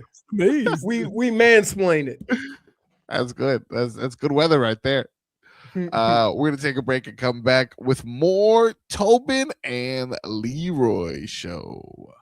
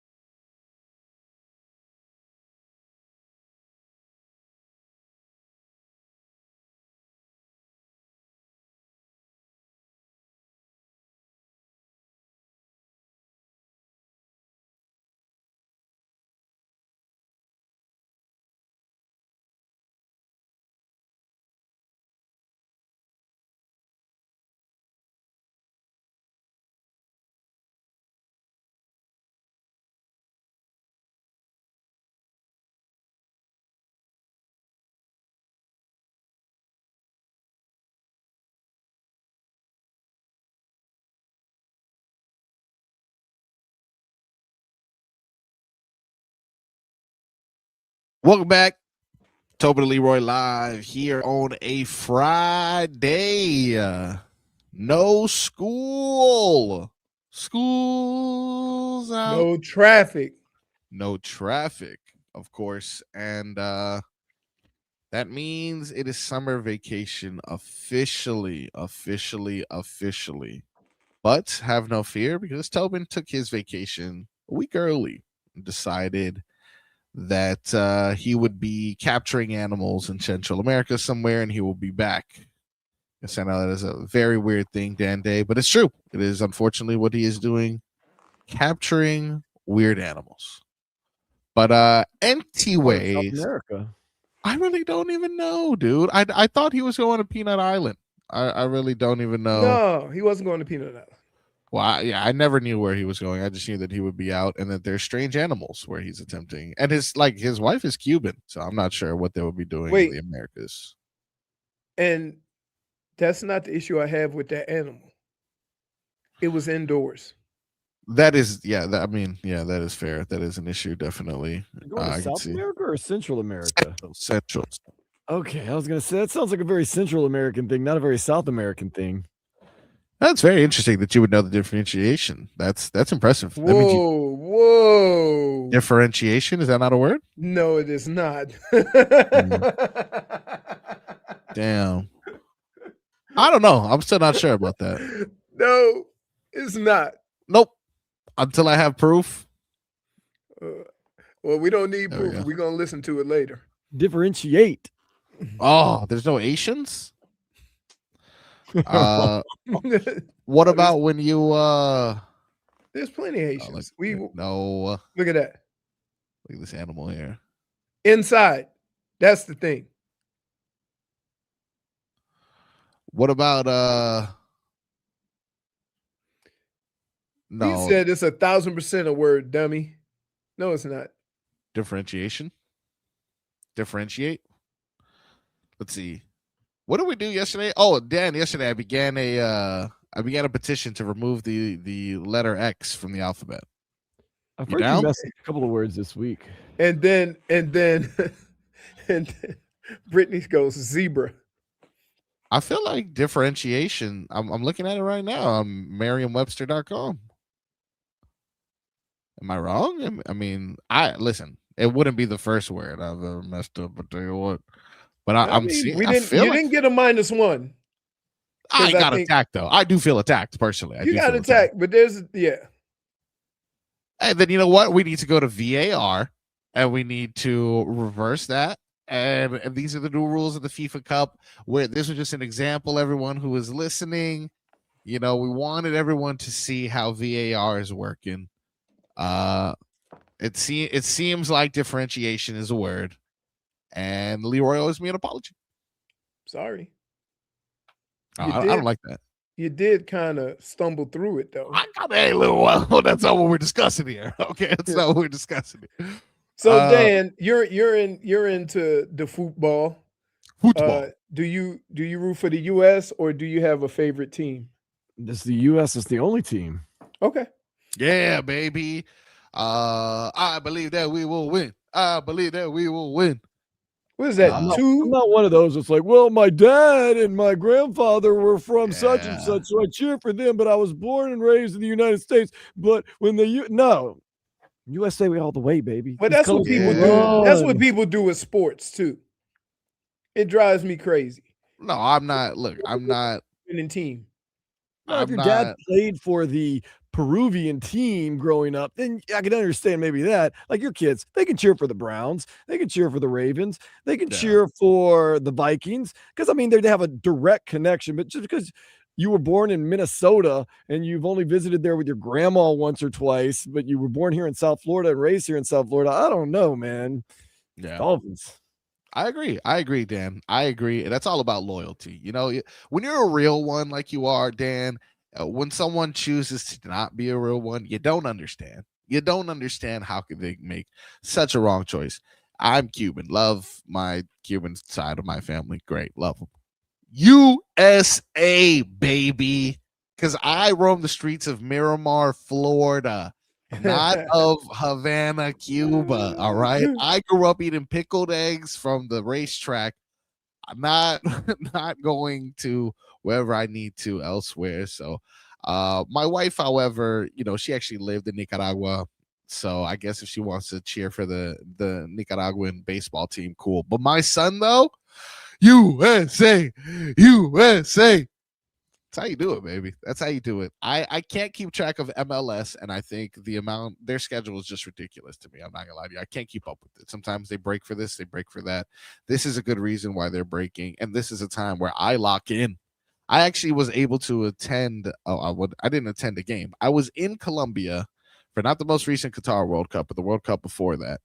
And the way that these countries treat these games, the entire country stops. Like, you know how a town stops for a Texas high school football game? Right.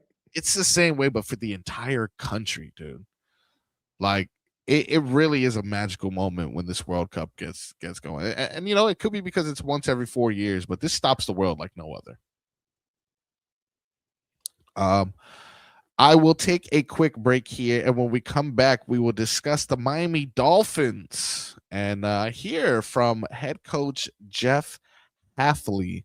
As I want to break down whether or not what he's saying is coach speak, or I should actually be happy about the direction that the Dolphins are heading. We will break down that audio when we come back on the Tobin and Leroy Show.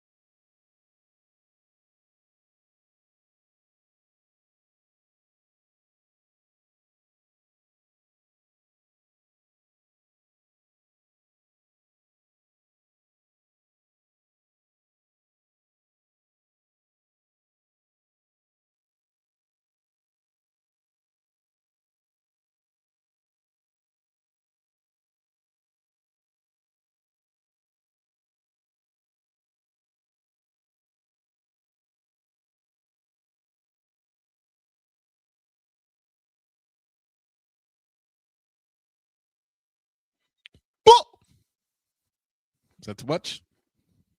That's much to come back, Dan. Am I doing too much there? No, it's okay. Feel Irie on this Friday. Yeah, feeling irie. Welcome back, Tobin Leroy show. Leroy did that thing where right before we come back from break, he exits the room. Typical Leroy, but no problem. That gives us an opportunity to read some things before he yells at me. Have I done text contest this hour, Dan? I think I did. I think in the first segment I did text contest. From Sinbad Sports. Yes, indeed. Did that one. Oh, there's an app one I gotta read, apparently, about how we are the best spot to listen to local sports. Dolphins minicamp this week finished. Marlins season continues on. Heat and Panthers off-season news. Canes too. And the NBA and NHL finals are underway. Keep up to date. Now you can listen to WQAM on the Odyssey, iHeartRadio, and TuneIn apps. Download it today and make Tobin and Leroy your favorite show. Now, I mentioned before we went to break that we were going to be discussing some Miami Dolphins and playing some of those audio clips our boy Dan Day was kind enough to listen to and cut. We appreciate it, and we will reward your efforts by listening to the Dolphins coach. Now, obviously, you've had an opportunity to hear these because you're the one who cut them. I haven't yet, and I've actually been, I got to be honest, as a scorned Miami Dolphins fan, I have been hands off the Miami Dolphins this entire offseason. I have, from a distance, admired the moves they made, other than passing up on Ruben Bain. Although I do appreciate the fact that we did get, a stud offensive lineman. I personally would have appreciated the Ruben Bain pick because it not only would have filled a void, but it also would have been that hometown juice that me personally, I probably would have been more attracted to as a fan. And I feel like a couple other Dolphins fans feel the same. With that being said, I'm comfortable with the pick. I like the way we've been drafting. I like the moves that we've made thus far with the personnel. I like the things that we are establishing in regards to culture. And it seems like Hafley's been saying all the right things. After spending, we'll say the last 2 tenures, because it kind of went polar opposites. Mike McDaniel was based off of you and then football, and then 9 hours later we'd finally get a response. Meanwhile, Brian Flores is like, hey, what do you think about Tua? And he's like, he's a quarterback.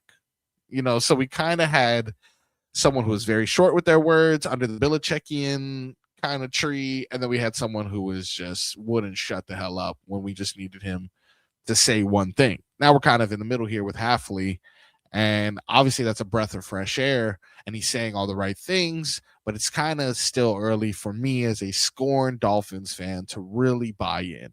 But the more I begin to peek and pay attention, I understand the roster is not where it needs to be competitive in this league. But there are certain things that I am seeing that I am beginning to kind of warm up to the idea of falling in love with these Dolphins again. We're going to hear a cut now in which Hafley is discussing position competition and its importance throughout camp and throughout the process of narrowing down to your best Final Four. I want our team to be built on competition, and year after year we're going to bring in players that compete with the guys that are here, and I would hope that every player has the mindset that every year I need to compete for my job and get better. I mean, I think if you don't, you're going to kind of just plateau.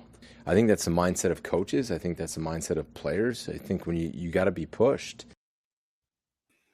Competition, Leroy. Hafley there discussing that he feels his team should embrace and be built around the idea of competing for every position. What do you think of that?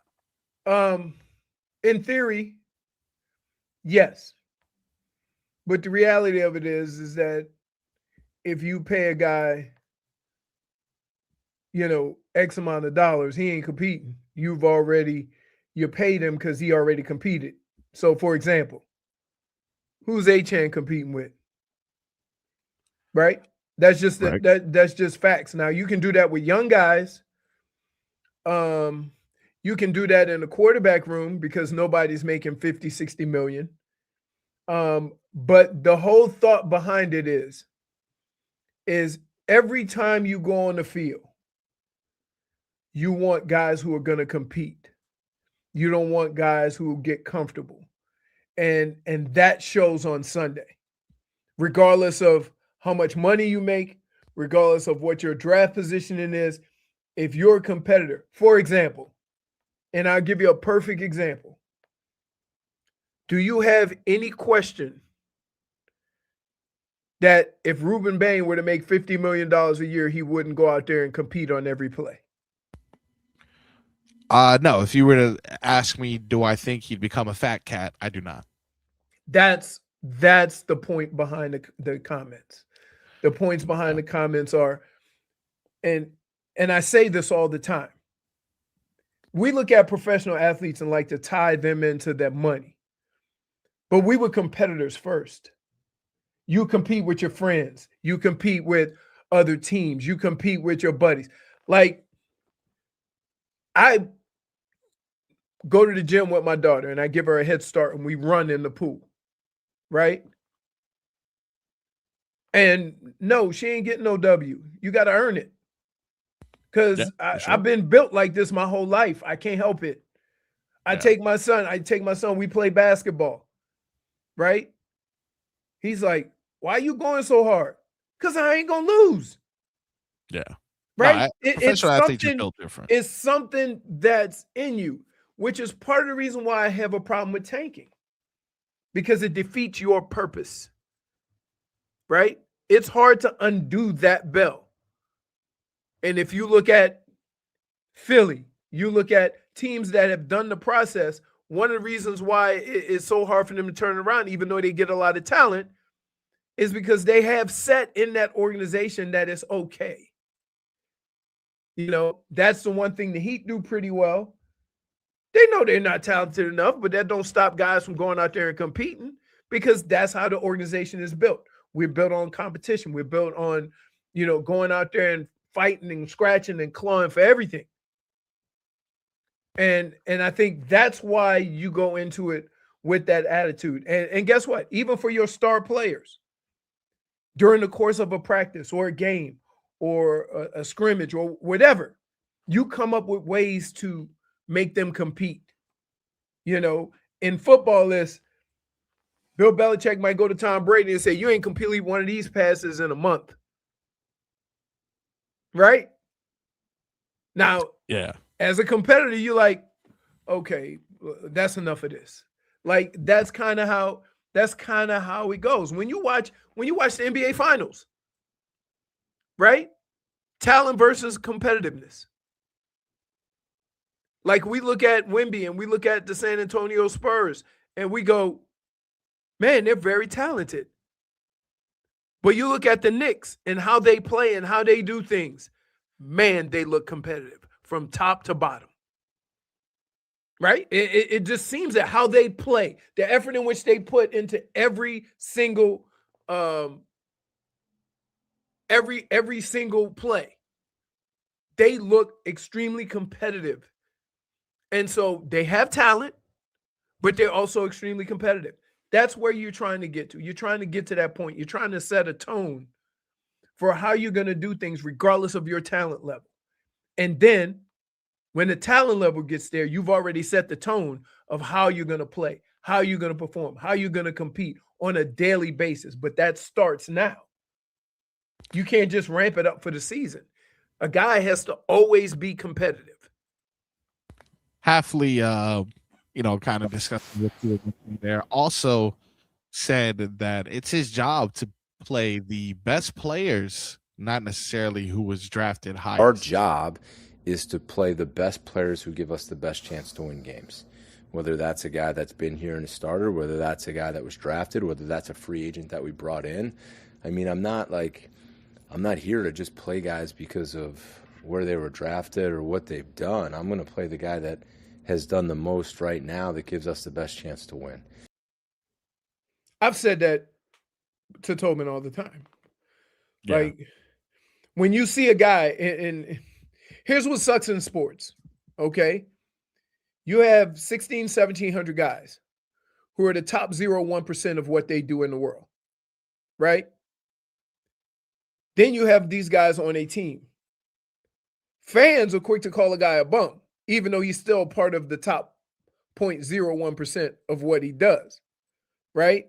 Why is this guy playing? Why is this guy playing? Why is this guy? Why isn't this guy playing? Because it's that coach's job to put the best guy out there. And so when you see a guy and you think another guy may be better, well, that coach knows because that's his job. So when we talk about week after week after week, me and Tobin will go at it about Liam Eichenberg. Who else you going to put in? The answer can't be anybody else. That coaching staff knows. I don't know. After a while, dude, it was literally anybody else. Wait, the problem is not Liam Eichenberg. The problem is that Liam Eichenberg is your best choice.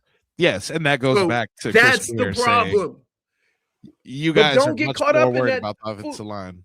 Right. You like when you watch guys play, we're seeing a snippet of what the coaches have seen leading up to that moment of failure. And let's put it that way.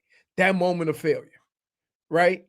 So when we look at the game and, oh, this guy's a bum and this guy sucks, that coach might be very aware of that.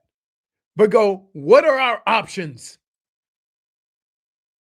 And so I say this all, it's the coach's job. Every coach has said, it's my job to put the best players on the field. If I don't put the best players on the field, I'm doing the other 54 or 55 guys on the team a disservice. And then you lose the ability to make guys compete. When they can look clearly and say, well, this guy ain't the best option. So when you see players and you talk to players and you see a guy playing, the players know too. One more before we take a break here. The Miami Dolphins, obviously, during this last tenure, one of the criticisms were how soft they were. You heard former players, you heard analysts, and even players that were currently on the team mention how that was something that they were working on. Hafley wants to see a more physical team. This is Coach Jeff Hafley. I got a lot of questions. I think in training camp, I think the biggest difference will be when the pads come on, what it looks like when we play real football. How tough we are, how physical we are, who our toughest guys are, our most physical guys are, who's going to embrace that. But that will be the biggest difference when we actually start playing real football. Leroy, he's saying all the things you say. He is echoing all the things of a real football guy. It's standard stuff. Where coaches go wrong is where they deviate from that by either letting guys slide, by not putting the importance on certain things, and then it kind of gets away from them, right? So everybody wants to be physical up front. Like there ain't a coach that has ever said, I want to be soft up front. It's how you relay that message with either what you do, how you do it, or the importance you put on it. For example, Mike McDaniel's a run guru. So in order to run the football, you got to be some level of physical up front. Have you ever heard him talk about being physical up front? No. Dan Campbell. That's all he talks about. We're going to bite your kneecaps. You understand? Step on your brain. Both at every point in time have had success running the football. We're going to snort screws before every game. But here's what I would tell you the difference is. We're going to pierce our nipples. That's too much. There's certain positions on the field that if they are tough and they are physical, it trickles throughout the whole team. It gives them that identity of they're tough. Correct. The Steelers, the Ravens. If your offense and defensive line are tough, it makes your linebackers tough. It makes your safeties tough. Your corners play more aggressive. Your wide receivers block downfield. Your running game. If your defensive line is physical and tough, It makes your offensive line physical and tough because you're competing with them every day. It makes your running game more physical. So if you have that one unit on your team that is physical, I mean extremely physical, it works its way through your whole team. And just go look at all the teams who run the ball well. For example, look at Seattle. They ran the ball well. Their defensive line was on point. Linebackers physical. It kind of seemed like they became a physical team. It all starts somewhere. When you look at Philadelphia, how they run the football, how they do things up front. Now you look at their defensive line. Now you look at the aggression in the secondary, right? It all kind of works its way through your team if you have that one unit that is very physical, or your coach emphasizes a certain group being physical. Leroy, where is Big Spoon? Work. All right, well, tell her to leave her job because I got $1 million idea. We're going to Go. put this on T-shirts here. Copyright 2026. Dan Day, you're my witness. Trophies are built in the trenches. Put that on T-shirt. Trophies in the trenches. Yeah, there's an Trophies. original saying. Trophies are built in the trench. You know how like defense wins championships? Old, too wordy, too mouthy, too many syllables. Trophies built in the trenches. People like alliterations. I don't know if you see that there. Trench trophy. You tell Big Spoon, you can go ahead and have that one. That's flying off the shelves for sure. We're going to take a break, and when we come back, more brilliant ideas on the Tobin and Leroy Show.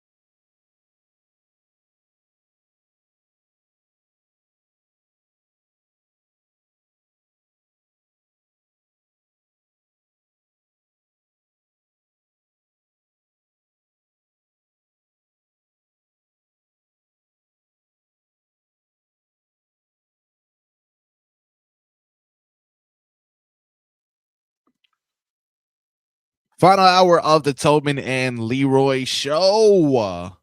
And truthfully, I don't think I got a big enough apology for the differentiation slander. Just saying. I did. I apologize. I didn't like it. I didn't like how mature you were. This is final hour of the show. Let's go ahead and get you some headlines that are brought to you by our friends at Doral Kia. You always pay less with your Pricito at Doral Kia. You can visit them at Doral Kia or DoralKia.com. And while you're in your Kia that you purchase from Doral Kia, you are looking to enjoy some soccer matchups as you're riding around. And there is only one thing that you need to do, and that is to grab your texty device there and send the word KIT, KIT, on over to 20357. Because the summer of soccer is here, and we're giving away a soccer swag bundle valued at around $250 from Sinbad Sports in the Coral Ridge Mall in Fort Lauderdale. For your chance to win, text the word KIT, KIT, to 20357. For more information, go to WQAM.com. This is a text contest message. Data rates may apply. Don't text and drive. Now, Marlins back in action today against the Rays. The Miami Dolphins finished camp, chilling, relaxing for the weekend. Miami Heat still chasing Giannis, not making any progress. Probably won't until the draft. And your Miami Hurricanes are adorable, and I love them. We're 100 days away from Miami Dolphins football, by the way. Today is officially 100 days away, so you can count them down. We're in double digits following today. Football is returning, and we are here for it. Hockey is happening right now. Yesterday's overtime thriller, Carolina Hurricanes were able to fight and claw their way back. They were down, but that didn't stop them from putting up 3 consecutive goals in the third and winning it in overtime. A little help from a controversial call. I don't know. Dan says goal or no goal. Dan, what do you think? What do you think it was? Goal or no goal? No goal, my friend. Whistle came. Mark Messier said they should have blown the whistle earlier because it should have been a frozen puck. I don't exactly know what that means, but I trust Mark Messier. Listen, well, I'm not Mark Messier. I'm Marcos Messier. And I can tell you that based off of that, that means that because you didn't necessarily hear the whistle prior to, the puck passing the line, you would assume that should be a good goal.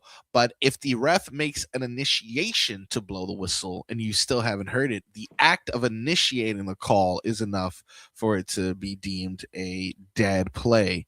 So therefore, you're correct, Andy. No goal.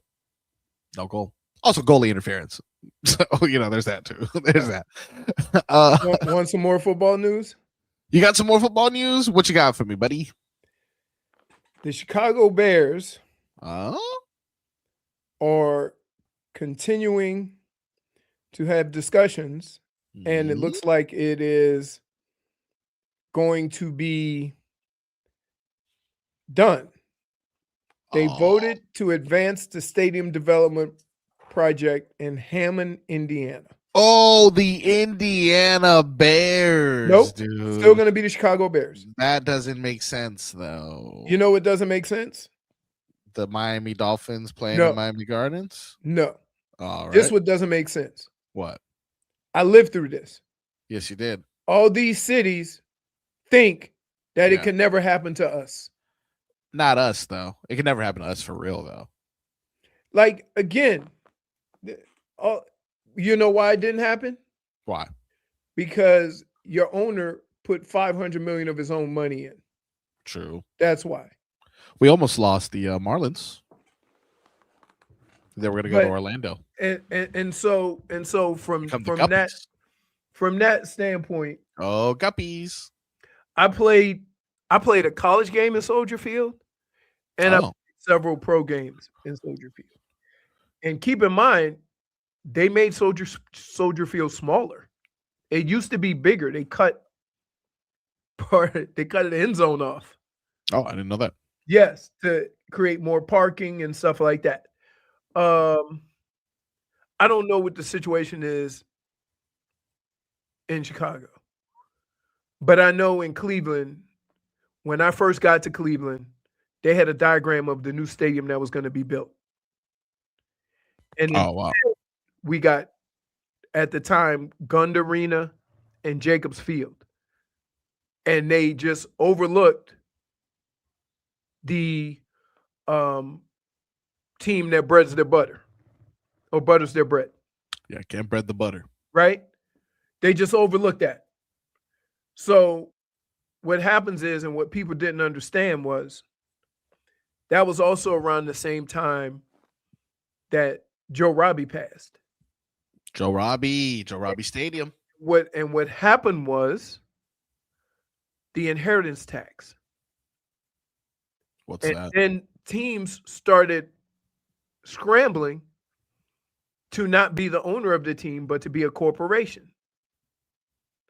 And Baltimore swooped in and said, we'll take care of all that for you and put you in a place where you can become a corporation. We'll build you a new stadium. They gave the Models $75 million to move. And instead of getting paid by the Cleveland Browns, I got paid by the Baltimore Ravens LLC or something like that, or the football club. Baltimore Ravens Football Club. I'm always confused by that. Did you ever take a snap in a professional football game wearing a Baltimore Ravens jersey? I played 6 games. I need a jersey. I need a Leroy Horde Baltimore. You don't see all the Baltimore jersey. crap I wear that That's has what- I know 33 on it? I know that you get Baltimore stuff, but I was always like, I'll this get guy was there for a week. I'll get something during the break. They send me stuff every year. Listen, I've seen you. Oh no, I've seen the jumpsuits, the jackets. I've seen them, and I'm like, this guy was there for an hour and a half. You were there for as long as I was at FIU. Pretty much. So I deserve. I ended up being there for like 3 months. Which is, but no, I just like, you know how everyone. Look, that's good enough. That's a semester right there. Actually, you lasted longer than I did. So like, while we sit here and think about, and here's the other thing you should do. You should understand. Yeah. You say you see the way the Marlins held the city hostage to get a stadium. Yeah. You see the Heat got a new arena, right? And the owner of the Dolphins said, I'll do it myself. Right? Like, Baller. You don't have people that do that. And obviously that was a good investment on his end, because but again, even though they had great plans ahead, nobody wants to spend their own money, dude. He spent his own money. And that's what he does.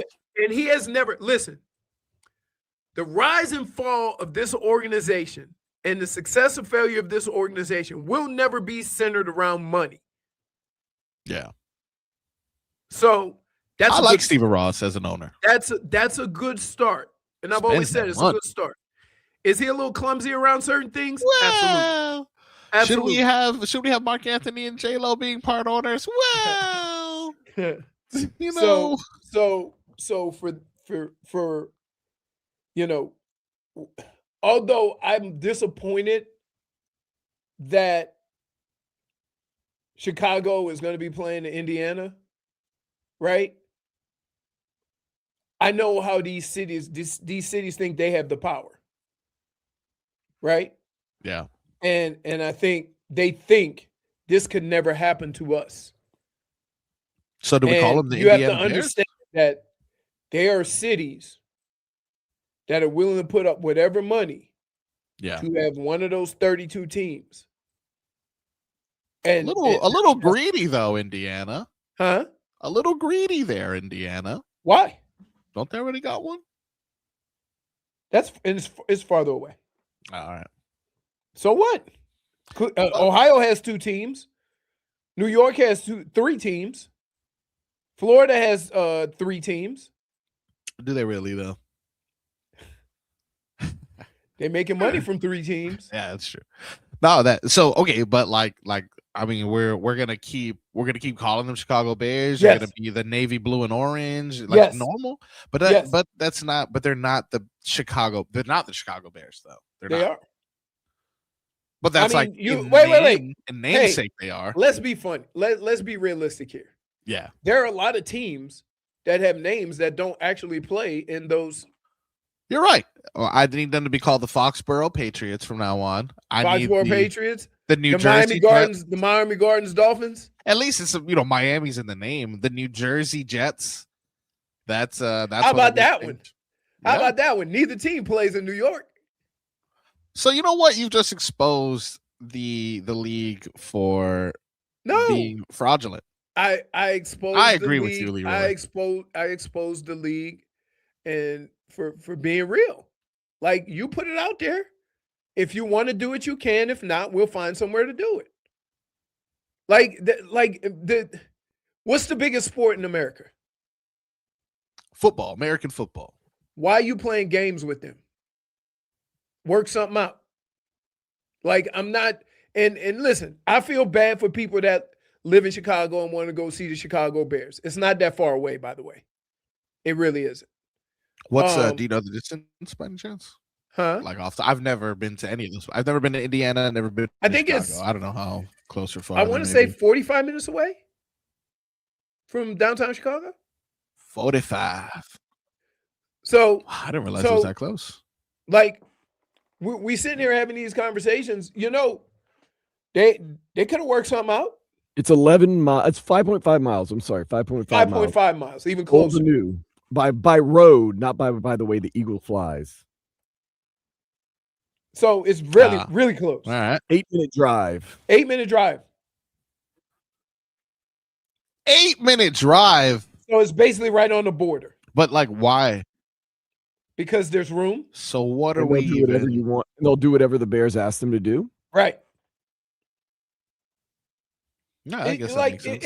It becomes a situation that like it the might Indiana not Bears. It might not be the worst thing for anybody. True. That it's right outside of the city. Right? I'm going to make fun of them, though. It's just that Chicago won't benefit from having it in Chicago. Now, Indiana is. The state of Illinois also probably won't benefit as much. Right. Right. So think about that. Like, so why wouldn't they make more of an effort? Right. No, you're a lot of egos probably got into play and stuff like that because there's no reason you'd want to lose that much income in your state. Al Mackey says state costs taxpayers dollars. Does it? You have an owner that spends his own money and you hate him too. All right, look, we're going to take a break, but before we do, there's something that has been on my brain that That'd be the first thing. Don't. Why? No need to. That is something that was mentioned, I don't know, maybe in the first hour or the second. Dan, I'm going to need your help with this. We're going to play real quick one more round. You let me know. Chicken or mahi? What do you think this is? Well, you got to widen the picture out, dude. No, I don't have to widen the picture out, dude. That's chicken. No. All right, let's see. Dan, what do you think? Again? I got to look at it. I'm going to go chicken. You're going to go chicken on that one. All right. You're going to go chicken on. I'm not going to reveal the correct answer. Oh, you don't have to. Until I give you all three choices. So we're going to take that one down. You're going chicken for the first one. What are you thinking for this one? What do you think for this right here? I got to go mahi on that. All right. Okay. And what are you thinking for this one, Leroy? So we got Dan has chicken and mahi, and Leroy had chicken on the first one. What do you got for this one? That's also chicken. Also a chicken. Okay. So we're going to get rid of this one here. Hey, listen, I understand if you're listening on the radio 104.3 right now, this is probably one of the worst radio segments you ever heard in your life. But if you have a chance to join us on our streaming platforms, YouTube or Twitch, Miami 104.3 WQAM, we are playing a riveting game. Last one, Dan, chicken or mahi? I am going to have to go with. See, now these are getting kind of confusing. I will say that. I know what it okay. is. I know right away. You don't know right away. Yes, I do. You don't know right away. Yes, I do. Chicken. It's chicken. Mahi. All right. So, Dan, you're just a review. Dan, you said chicken, Mahi chicken. mahi, chicken.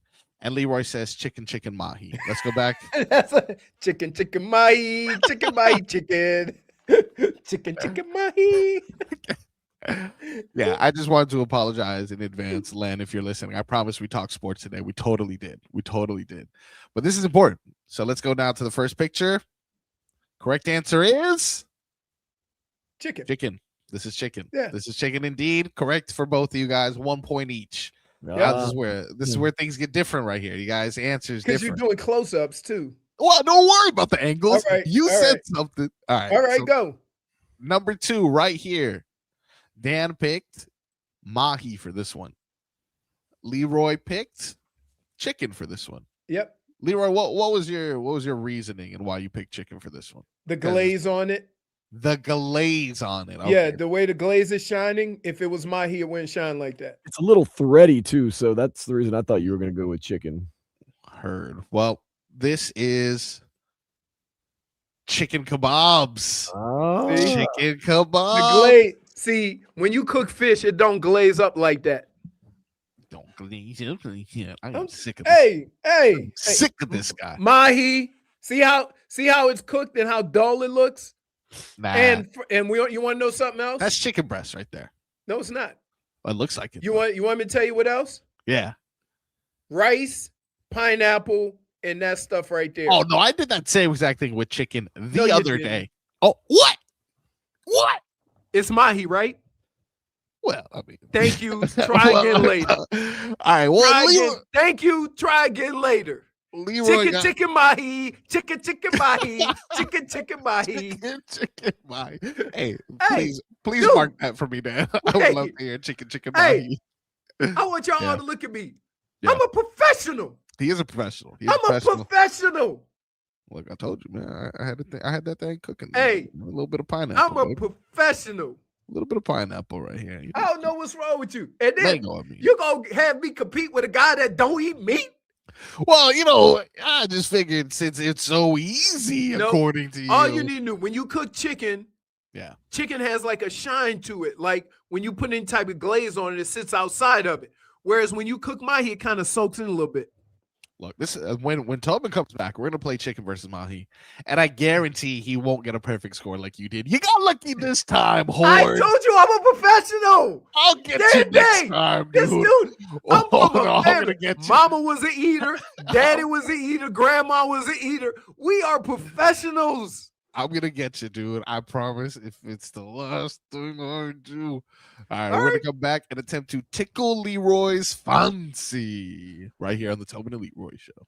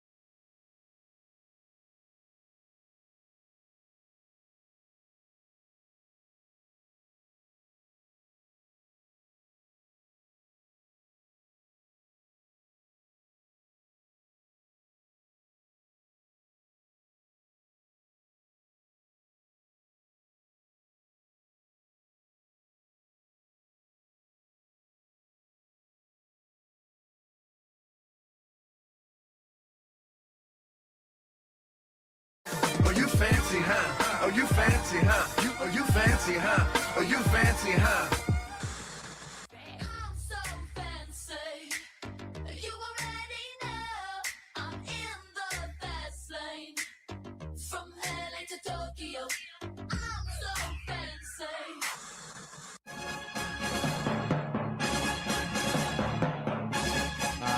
It is time to tickle Leroy's fancy.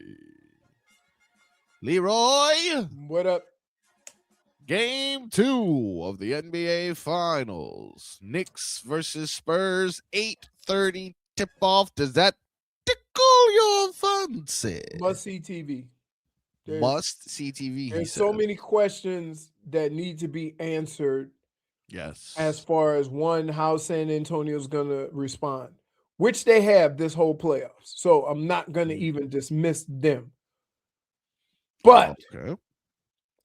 how good has New York been? How they will continue to be, and how I mean, you can say what you want about the Knicks. I think this might be Mike Brown's coming out party. Because he's definitely been ahead of the curve as far as game planning, how they're going to go about doing things, the way in which they're going to do things. So you got to give him a lot of credit too. I'm usually always going to credit the players, right? Yes. How's Mitchell Robinson going to feel? I'm telling you, he had a couple of ouchies. Like, you know, when you heard something, he shook it a couple of times, which I'm still trying to figure out. If you broke your finger and you bump it, is shaking it the best way to go to make it feel better? Yeah, I don't think so. Probably not. Right. I'm still going to do it every time. Right. It's just natural. Right. And I mean, Max, I would agree with you, but I think he's banged. He might still be banged up because he had a hammy too. Well, today the Marlins face off at home Against against Tampa the Bay. Tampa Bay Rays. Now, question. Yes. Just based on what you know about these two franchises, shouldn't this be one of the most boring series of the year? Yes. Yes. Just based on how they like to do things. Yeah, I mean both Peter A Bendix walk, a bunt the guy over, you know. Yeah, today is a Peter Bendix Bowl. The Bendix Bowl between the Rays and the Marlins here. Yeah. I mean, this will be a good test because aren't they? They're really good. They're all right. No, what are they, like 34 and 15 or something like that? There's 36 and 23 in first in the AL East, but they're all right. In the AL East. Yeah. They may be first place in all of the league, but they're all right. All right. Yeah, definitely a real test because they're 2-8 in their last 10. So look at that. That's They're going the wrong baseball. way. That's baseball. Still in first place. Baseball. They went 2-10. They won 2-8. 15-14 on the road, though. Well, They went 2-8. And Yeah. still. Are they building a new stadium in Tampa or they still playing at the Yankees? No, the they're at Rays. They're back. Huh? They're back at the in Trop. But they're building a new place, right? Yeah, in Indiana. Actually, they're also moving to Indiana. they're joining the Bears. Does that tickle your fancy, Leroy? Does the Rays Marlins? No, today? I'll be watching other things. I gotta tell you, That's fair. That is fair. like Max Myers pitching this series. I think he's gonna miss it. Let's see. Today, Probably not going to make it. Yeah. Max It's Myers not gonna make it. So that You means heard it. Sandy's pitching. Sandy's pitching. Josh Beckett, Dontrell Willis, and the gang are all gonna make their way to the mound. Sandy's expected to pitch on Sunday, so Yeah. All right. So yeah, Uh, that's and Max Myers is right after Sandy, right? Because they had to move him up Yes. because of Yuri. You're right. All right, now Leroy, tonight, if for some reason you're done with sports and you feel like doing something a little bit different, going out to potentially the theater, Scary Movie 6 Is it makes it 7 or today. 6? 6. Six? Scary Movie 6. Maybe today. Would you like to know the Rotten Tomatoes? 13. Wow. 27%. Okay. Here's what I do want to see at the theater. Yes. I'm interested in what's the superhero with He-Man? Oh, I know what you're talking about. They have a movie coming out about it, right? Is that what Yeah. you're talking about? Masters of the Universe. Masters of the Universe. I grew up on that. Yeah, I think that's going to be I'm surprised that interesting. just became, a movie. I want to see Master Universe. There is Mortal Kombat. Oh, I got to see Mortal Kombat. Still haven't seen it. Heard good things There's about it. I haven't seen the Michael movie yet. So there's some things, but I'm losing all my people to go to the movies with. Yeah, all your movie partners are getting to it. Well, one of them's not too far, but she's gonna be busy wanting to enjoy her no, she weekend. ain't like a movie with daddy. Yeah, We can't ain't do got it. time. I wouldn't be mad at her. You Yeah. know what I'm saying? Hey, but I live up the street from you. If you ever want to, take your boy out to a movie. No, you know what's crazy? Yeah. But listen, mark your calendar. All right. Day, I'm gonna come in. You're gonna be sitting in your spot over there in the middle section, and I'm gonna come over there and I'm gonna say, I invited that dude to the movies, and he said he had to work. Oh, no way. I'm No. telling you. Okay. Here's the thing. Day, it's gonna happen. No way. I can Okay? envision it now. Give me some time, and can we not do like a Friday night or Saturday night or something like that? Let's What do a you little wanna matinee. go to a movie Leroy. on a Tuesday? Come on, a little matinee action, man. My wife 2 gonna p.m. put a tracker on my phone if I say I'm going to the movie on Tuesday night. Maybe we stopped at Hey, so Texas for check. wings. So, rumor has it that Leroy still knows most of the fatalities from Mortal Kombat. Is that true? Yeah, I have the game in here. You got one of them game machines? Yeah. Like one of the, let me see. You've seen it. Oh man, come on. That was it's in the same room where Mima was signing your marriage. That's right. Yes. Which still to this day, don't know if that ever went through. Still don't know. Blue ink. We left and we came back and we're like, oh, congratulations. I still don't even know Mima's real name, but she signed my Christine signed my wedding. She's a witness to my marriage, my matrimony. Yeah. Leroy, let's see if this will tickle your fancy.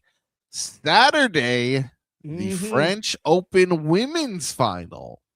That's early in the morning, correct? Yes, it is. Yeah, what time? 3 a.m. No, I'm kidding. I have no clue. I have no clue what time it airs. But I have caught zero of it because ain't nobody got time for that. Yeah, everybody who was like noticeable got knocked off. Clay is a different animal though.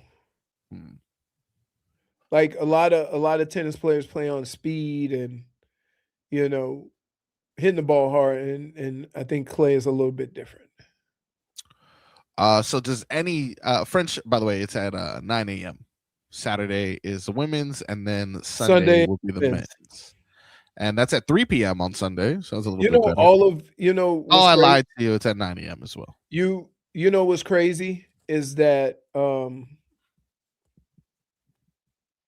like I try to watch like that stuff all the time.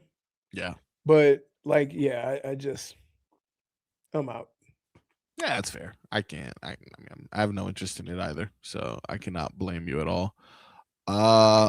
After a thrilling first two games, this probably comes as an obvious one here, Leroy. But the Stanley Cup Final, Game Sunday, 3, right? Sunday between the Carolina Hurricanes and Vegas Knights. Leroy, that tickle your fancy? What time? 8 p.m. And actually, it's not Sunday. I lied to you. Saturday? That's weird. Yeah, it's Saturday. That's right. That sounds about right. But then they take a 2-day break. So they go because they don't want to mess with basketball. They're trying to alternate with basketball. Oh my God, Dan, get me the NHL on the phone. Oh, Gary Bettman. Gary Bettman. Is that? Wait, that's right. Correct. Yeah, that's right. All right, but does that tickle your fancy, Leroy? Tomorrow, 8 p.m. Yeah, Hurricanes, Golden I'm Knights. in. I'm in. Definitely in. I Like would be in, but it's it's going to interrupt our movie time, Leroy. We got to watch Any Given Sunday. uh, I can't uh, I can't believe y'all making a big deal that I haven't seen that movie. I'm telling you, because like I mentioned, bro. Like I mentioned, my father, Marine, my sister, Marine, my uncle, Army. Everyone in my family that was military is always like, "Hey, look, military movies are all bullcrap, but that Full Metal Jacket, though, that one's legit." And everyone I talk to about this NFL thing is like, "Oh, these NFL movies are." But that Any Given Sunday, though, Who told you that? uh, I don't know if you heard of this guy, Tom Brady. We're friends. We talk from time to time. He told me. See, hey, wait. You want me to tell you? Let me explain to you folks. Come what on. happened. Yeah. Let me explain to you folks what What? happened. No, we gotta go to break, Leroy. No. So what happens is I called this bluff. Yes. Yes. Right? Exactly. I don't know who said that. Somebody said Saving Private, but isn't Saving Private Ryan based on a true story? No. No. Okay. No, I it's don't think not. so. That's a lot of true. Any Given Sunday is based on a true story, Leroy. Your story. Not my story. Here we go. All right, we're taking a break, and when we come back, final segment of the show on a Friday here. Stick around to Tobin and Leroy.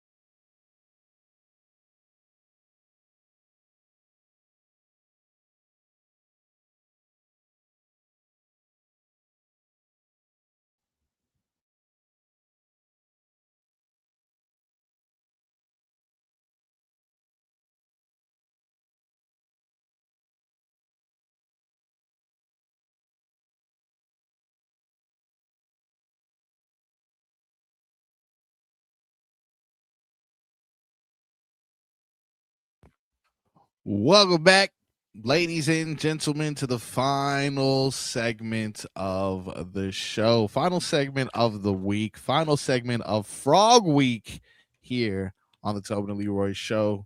You made it through the week, ladies and gentlemen. Give yourself a round of applause. And I haven't killed you. I haven't killed anybody. You killed my patience.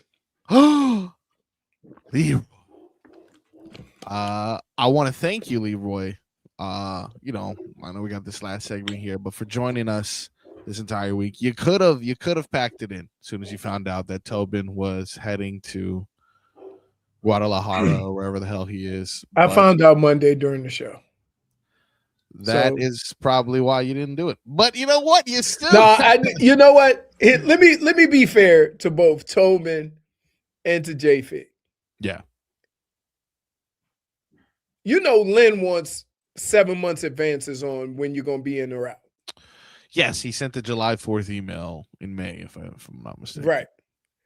The problem is that if you don't remind me closer to said event, I'll forget what I, said I would do or not do. No, that's fair. And so they may have told me. Yeah. But it was Monday and it was work. So I just got up to go to work. I'm like, oh, yeah, that's right. So it's their fault, is what you're saying. No, it's my fault. It's my fault. All right. Well, what you can do before we announce who is dead to us and then hand things over to Hawk and Crowder is give us a weather report brought to you by Tornado Roofing and Contracting, replacing roofs, roof repairs, maintenance, and hurricane impact windows and doors. Visit tornadoroofing.com. Leroy, what is it looking like, my friend? It's looking breezy, so I'm going to still say it's around 10 to 15 miles an hour, gusting a little bit higher than that. I can see the sun. I see the skies poking through. So that's a good sign.